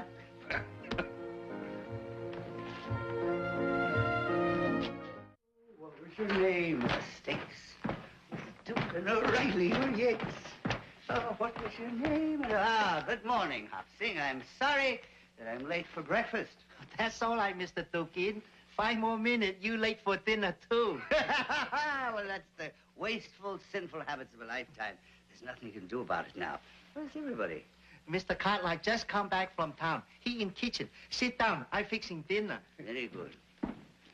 Well, you're not much of a family for lounging around in the morning, are you, Ben? Can't afford to. I just came from town. I just put you in the lumber business, lock, stock, and $100,000 worth. Well, listen. Never. There's a telegram for you. For me? Say. That's from Julie. She's coming here to Virginia City. Well, that's great news. What's the matter, Oni? Aren't you pleased? Well, of course I am. It's just that I have no recollection of writing the lass and telling her that I was going to stop here on my way to San Francisco. Oh, but I did. I remember now. I must be losing my memory in my old age. It's a very happy day for me, Ben. Oh, it's a happy day for all of us. Dinner is served. Come on, let's eat.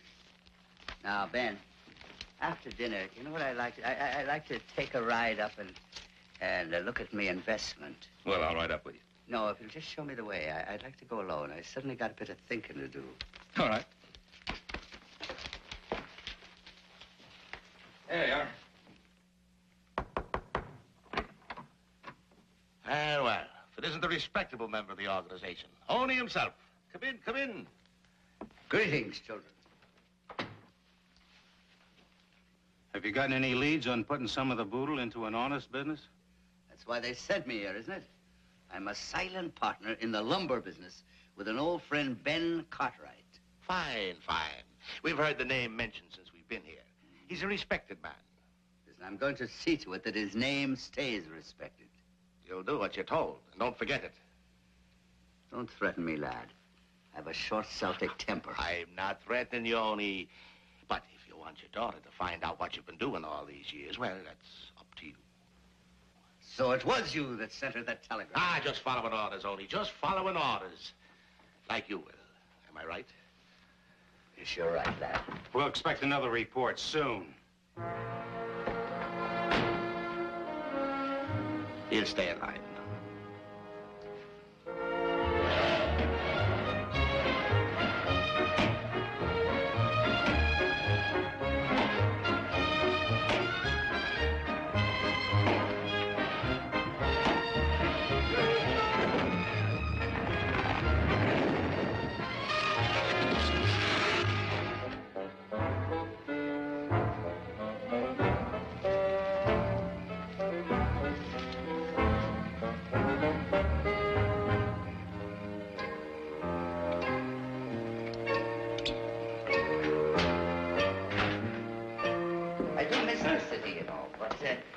Something like this.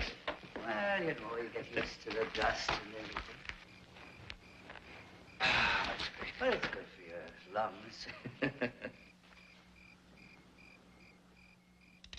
The New York as we once knew it is changing. Is it? For example, you remember Brooklyn? Yeah, certainly. Now, there's talk of one day making Brooklyn a part of New York City. Really? Yes, it's as clear a case of joining a silk purse to a sow's ear as ever I've heard. Ah, look at that.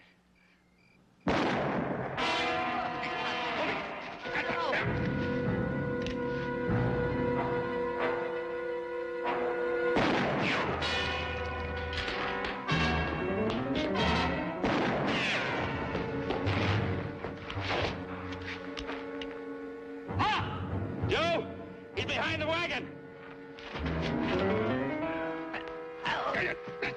Only stay down, stay down. All right, now.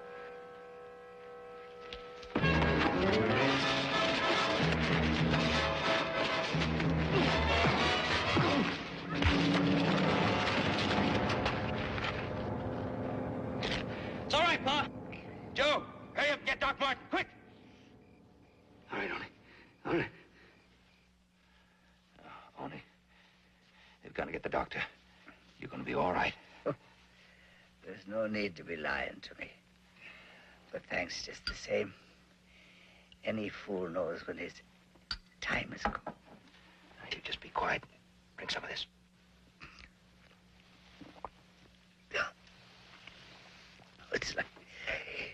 It's like the Lord told Lucifer. You can't win them all. That's not a direct quotation, but I think it'll serve. Now, just stop your talking. Be quiet. No, I'm afraid I have to talk. There's something you should know. I am a man that is not worth your friendship, as I am a scoundrel and a cheat. The money I gave you, it was never my own. It was booty and graft from Tammany Hall. And it was my job, you know, to invest it, one miserable bag of it, with someone I could trust. Somebody who would make it seem legitimate. Now, don't despise me. It's my deathbed. You know, it's true, but if I had my life to live over again, I'd be a different man, I tell you that. It's too late. I'd like to postpone this, I tell you, as I had grand plans for my funeral. And I used to think I'd have 6 black horses to haul the poor skin and bones that was left of me through the streets of New York. Now, you promise me something. You promise me there won't be one word about my sins to Julie. I promise. Thank you. I'll do the same for you someday.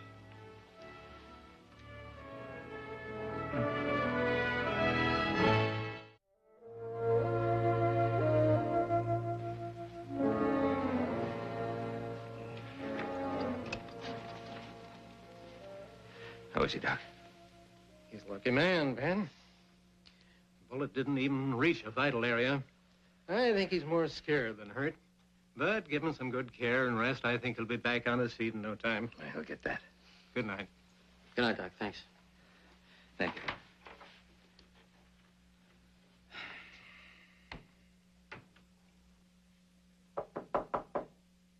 Come in.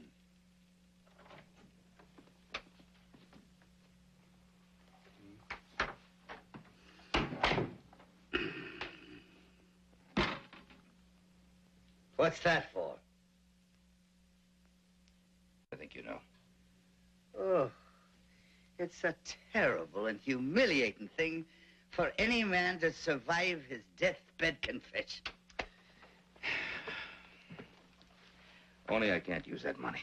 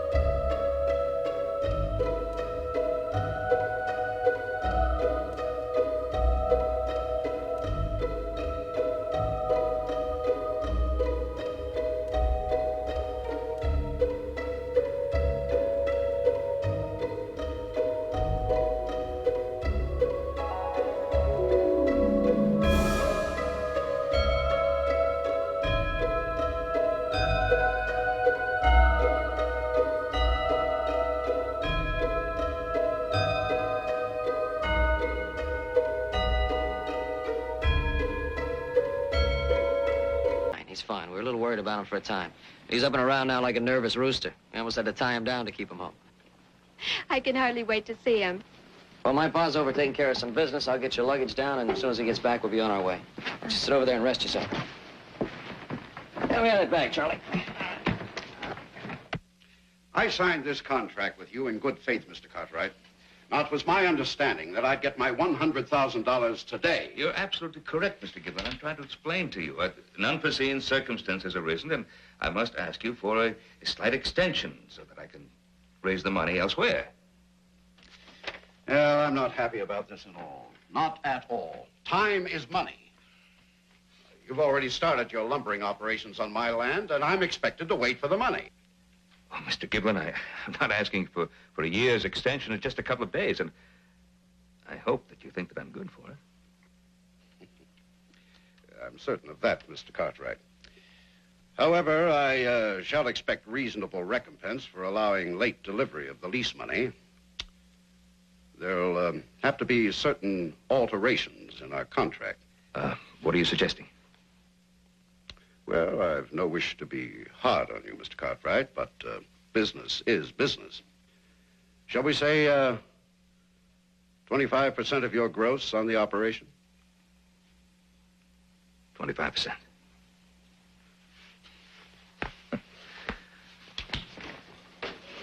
Mr. Gibbon, I thought you used the word reasonable. What you're suggesting is highway robbery. Take it or leave it. Well, that's the way you're going to put it. Mr. Giblin, I will leave it. And I will leave your land tomorrow. You'll pay damages. Reasonable damages, Mr. Giblin. Reasonable damages.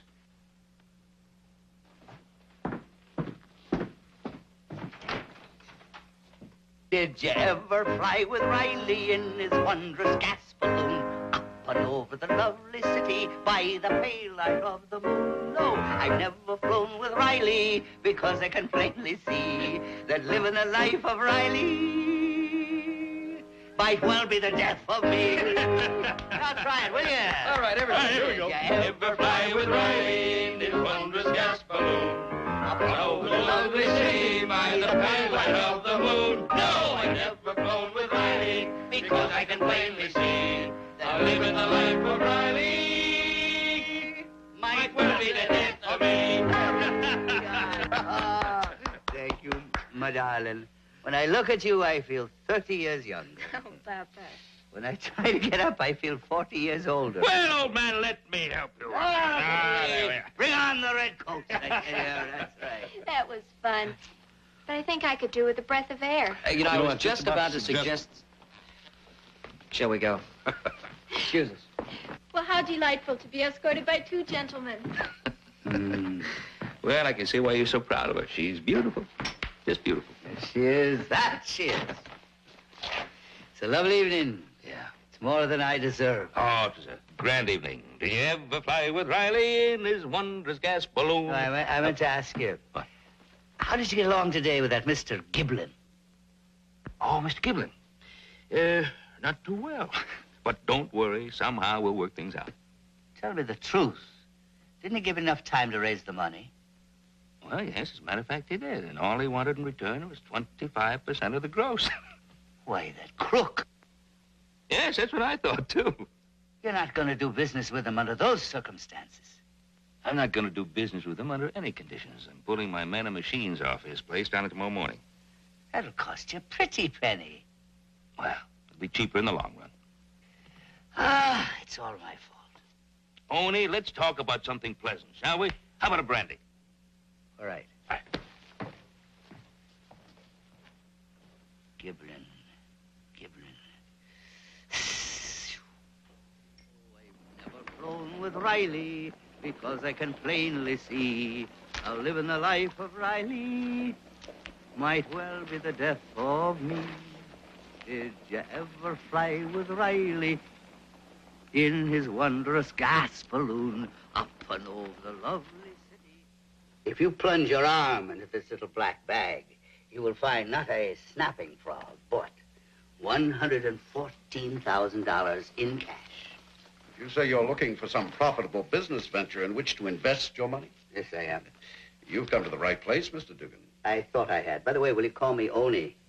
Now, regarding my investment, Mr. Giblin. Call me Hubert. All right, Hubert. I think that you have a building here in town by the name of the Golden Horseshoe. Yeah, that white elephant. Oh, yes. A sturdy structure. Well, I see you have that rare ability to realize the business potential of the place. I'm glad you see it that way. It makes it easier for me to propose the partnership that I have in mind. Now, you provide the building, and I will use this entire sum to make a grand and elegant place. With the proper financing, it just might be quite a success. With what I have in mind, it'll be packed. It'll take a man of vision like yourself to make a go of a place that size. A man of vision, yes, but better than myself. Someone more experienced. I have a father in New York. He's run a place like twice that big for years now. He'll be taken over. Father, you say? Well, no offense, but isn't he a trifle old to be working? There is no substitute for experience, right? There, you make the offer sound most attractive. And we'd split the profits, 50-50. Right down the line.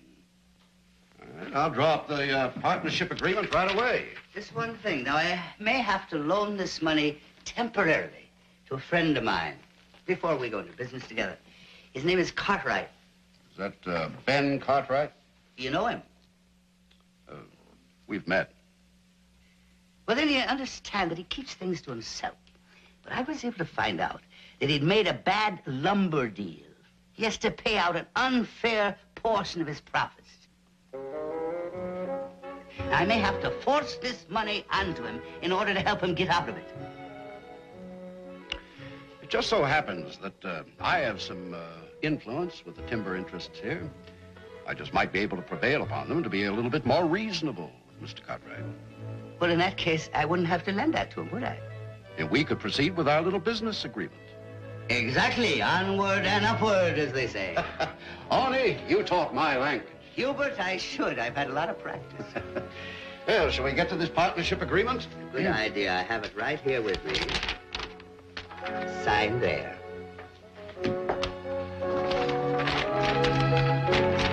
I don't know what kind of a tree you fell out of, but I can guarantee you're a nut. How can I take a job chopping trees if I'm going to spend the next 10 years in jail? Well, that's an interesting question. Now I've got one of my own. What have you got against the Cartwrights? Oh, I don't know. Well, it isn't easy to say. Well, think deep about it. I still don't know. When I'm sober, I don't seem to mind them too much. Well, why don't you try staying sober for a little bit? Well, I could try. All right, then. I'll withdraw the charges against you. I'll straighten things out with the sheriff and the judge, and I'll arrange some kind of a parole. Do you hear what I said? I hear you, but I don't believe you. Why would you do this? Well, it's not an easy thing to explain. It has something to do with balancing the books. There's something to do with casting the first stone. And something to do with the fact that a man by the name of Patrick O'Neill can't be all bad. I'll drink to that.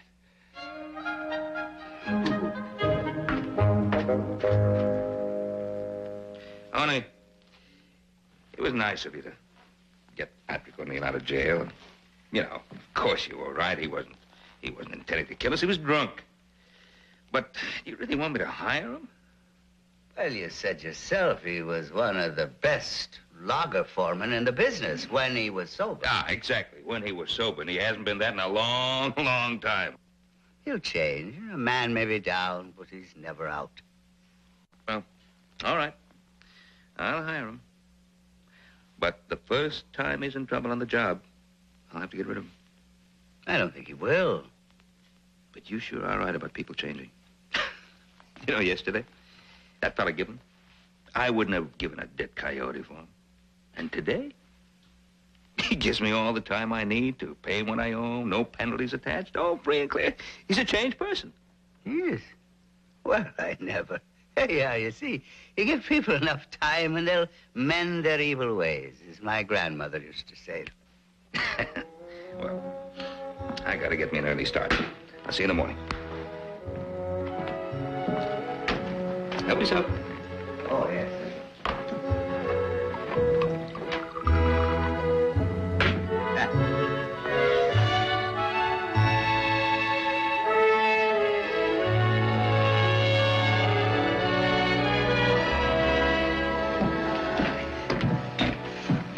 Look at that, will you? You know, we don't have trees this tall in the east, but we've got more squirrels per square foot. There's Patrick. Now, if Ireland had had this much timber, we'd have overwhelmed the English with our shillelagh. Tony, pull little Joe over here. Aye. Who's that Poppin' Jay? He happens to be a very good friend of mine, that's who. Any more questions?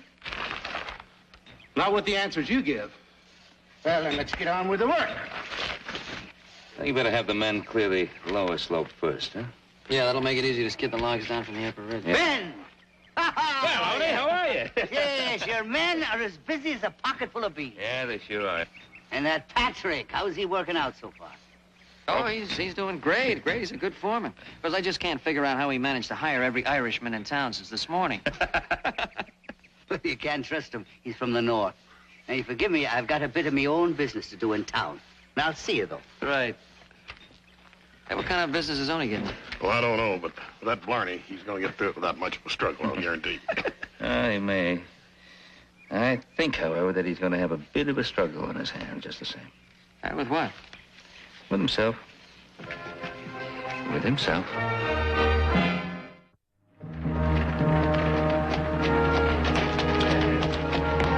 Hello, Oni. It's a nice day. It was a nice day. The sight of you two would chase a snake up a rope. You don't really mean that. We've been kind of worried about you, Oni. Let's go over to the saloon and have a little drink. Come off of it, Tierney. I'm here as a retired gentleman, rich and respectable. What would I be doing with the likes of you? We're simply fellow New Yorkers you happen to meet. Interested in a little friendly business conversation. Yes. You want to be friendly, don't you? I do not. Well, extend yourself. Ah,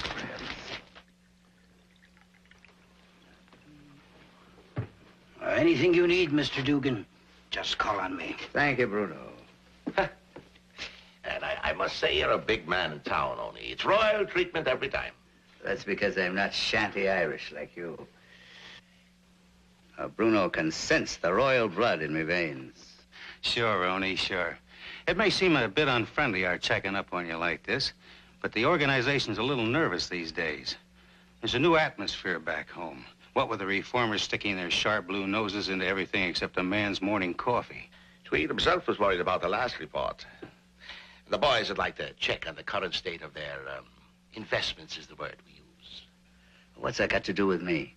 Well, you took $100,000 out of New York to invest it in some honest enterprise with your friend, Mr. Cartwright. That was with the boys' approval.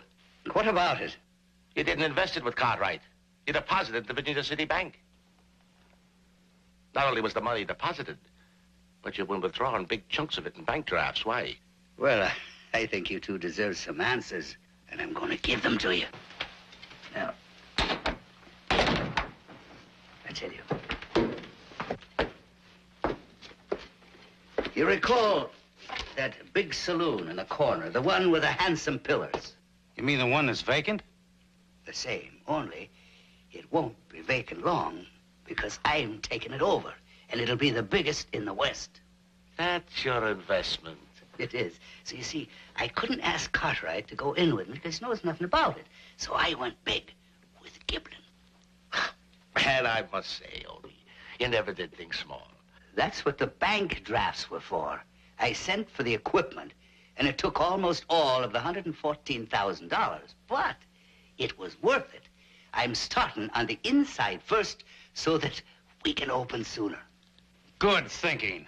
I thought you'd see it my way. I'm sorry if we appear to be a bit rough on you, but, well, that's our job, you understand. And I really want to say it, and I mean it from the heart. I'm glad we didn't have to tell Julie about your misguided past. Of course I understand. And now you can report that Oni Dugan has made the smartest investment in his life. Shanta. Shanta. Shanta. Good day, gentlemen. The saloon business. The Golden Horseshoe. Golden Horseshoe. Only when I heard that you'd bought that saloon, I could not believe my ears. On your own deathbed, you confessed to me that that money that you had was stolen money. It was tainted money. And the moment you find out that you're not going to die, what do? You buy a saloon with it. I didn't buy it. Well, whatever you did with it. You don't understand, Ben. No, I don't understand. Now, will you kindly explain? I can't do it yet. You will have to give me 1 week. Only I have...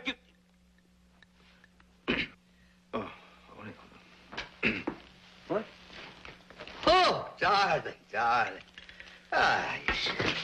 You should have been in bed hours ago. We were just talking over a little business, Ben and I. Nothing you'd be interested in. You didn't hear us, did you? Do you think in all these years I didn't know what you were doing? The stolen money, the deals, the payoffs. You must have misunderstood. No, Papa. I know everything. Everything? Yes. Oh, my friend. You may think it's strange, but I wish I'd been killed by that bullet. It'd be less painful than this.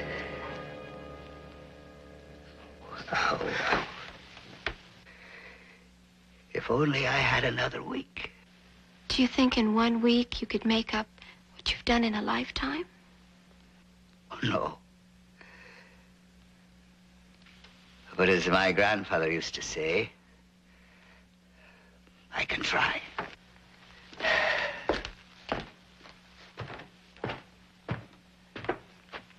After all, it only took 6 days for the Lord to make the whole earth.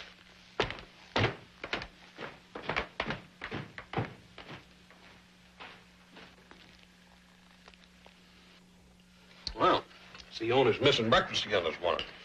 Yes, 5th day in a row. I heard him leaving when I was getting dressed. No can understand Mr. Tukin. At first, all time late for breakfast. Now, too early. Looks like he's gonna go ahead with the saloon, huh? Sure does. He's very serious about it. Let's eat and get up to the lumber camp.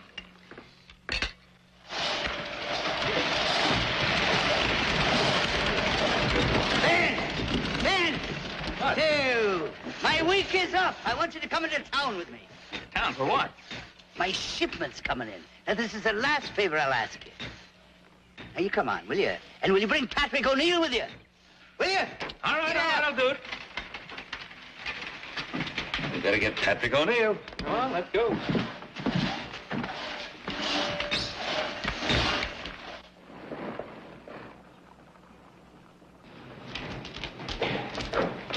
Well, today's the big day, eh, partner? That it is, partner. That it is.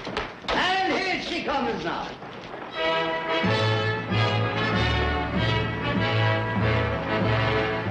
I can hardly wait to see our equipment, Oni. Undoubtedly the finest marble-top bar, cut crystal chandeliers, plate glass mirrors, piano, and rugs as thick as bearskins.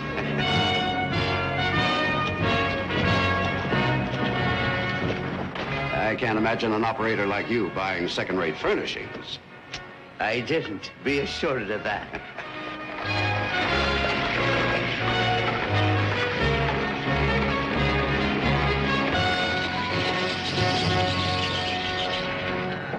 There we are, dear girl. Fly with Riley. All right, man. Hello, take the covers off there, will you? That's an altar. It is. What's this all about, Mr. Dugan? No, call me Oni. Well, where's the fixtures you ordered for the saloon? Saloon? I don't recall guaranteeing that there'd be a saloon. What was all that talk about your father coming from the east to run the place? Well, not my father, a father. Father O'Brien, and a very fine man he is, too. Don't you try to cheat me, you crook. I own half of this place. I've got a paper to prove it. Well, it's my investment, too, and I say it'll be a church. It's a long way from being a church, and you know it. As far as I'm concerned, it's a saloon, and it's going to stay that way. And I say that it'll be a church. We'll see about that. All right, see about it. What are you staring at there? Give him a hand, will you? Let's go. Oh,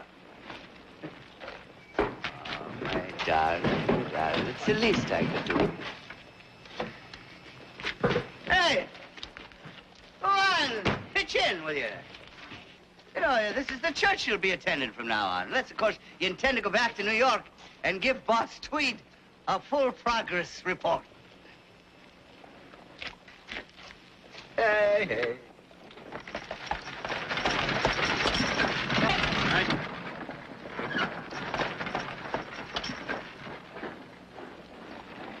There's a bit of equipment that's been long time needed around here. And I hope you'll be spending a good deal of time in it, Papa. I will, I promise. Cartwright! Mr. Cartwright! Giblin's been tearing around town hiring every tough he can find. Well, that doesn't surprise me at all. He's the type who'd steal a dead fly from a blind spider.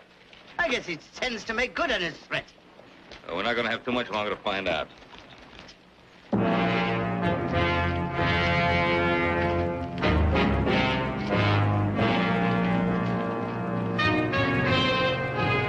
Well, I told you I'd be back, Dugan.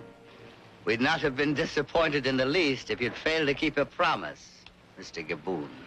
That's Giblin. I'm a man of action, and I'll not be cheated. All right, men, you know what I hired you for. Everything goes back in those wagons. You're a smart man, Mr. Gibbets. And you'd be smarter still if you'd buy these poor young men a drink and not let them get their heads broken. Walk right over the top of him if you have to. He's only one man. Mr. Gibbon? Does it make any difference? And besides, me friends there, it may interest you to know that it wasn't for nothing that I hired the firm of Duffy and McGee to do me hauling.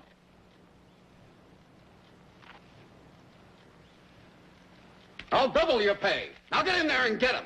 Let's get him!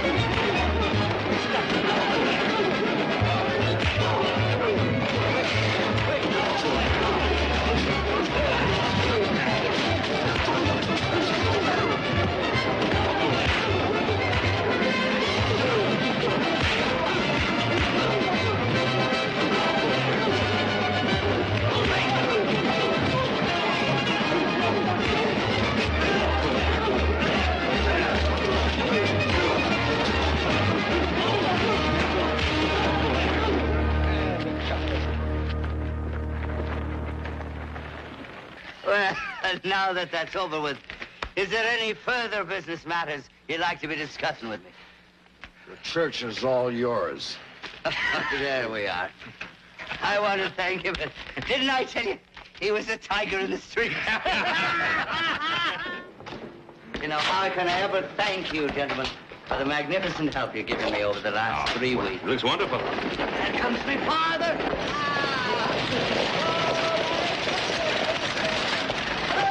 Oh, Father O'Brien, welcome to the Wicked West and your new parish. Ah, you remember my daughter Julie? Julie, oh, bless your heart. Hello, Father. Now, these are my good friends, the Cartwrights. How do you do, gentlemen? Father, how are you? I've got to be admitting it, Tony. It's every bit like you said it was in your letter. Indeed it is. Now, about the church. We haven't even started on the outside yet, you know. It looks like the devil. But the inside, it looks like heaven itself. Sure, anyone can tell at a glance. It's a fine, upstanding, peace-loving town. Which nobody can deny, my friends, which nobody can deny. Come along, Father. Oh, did you ever play? Which nobody can deny.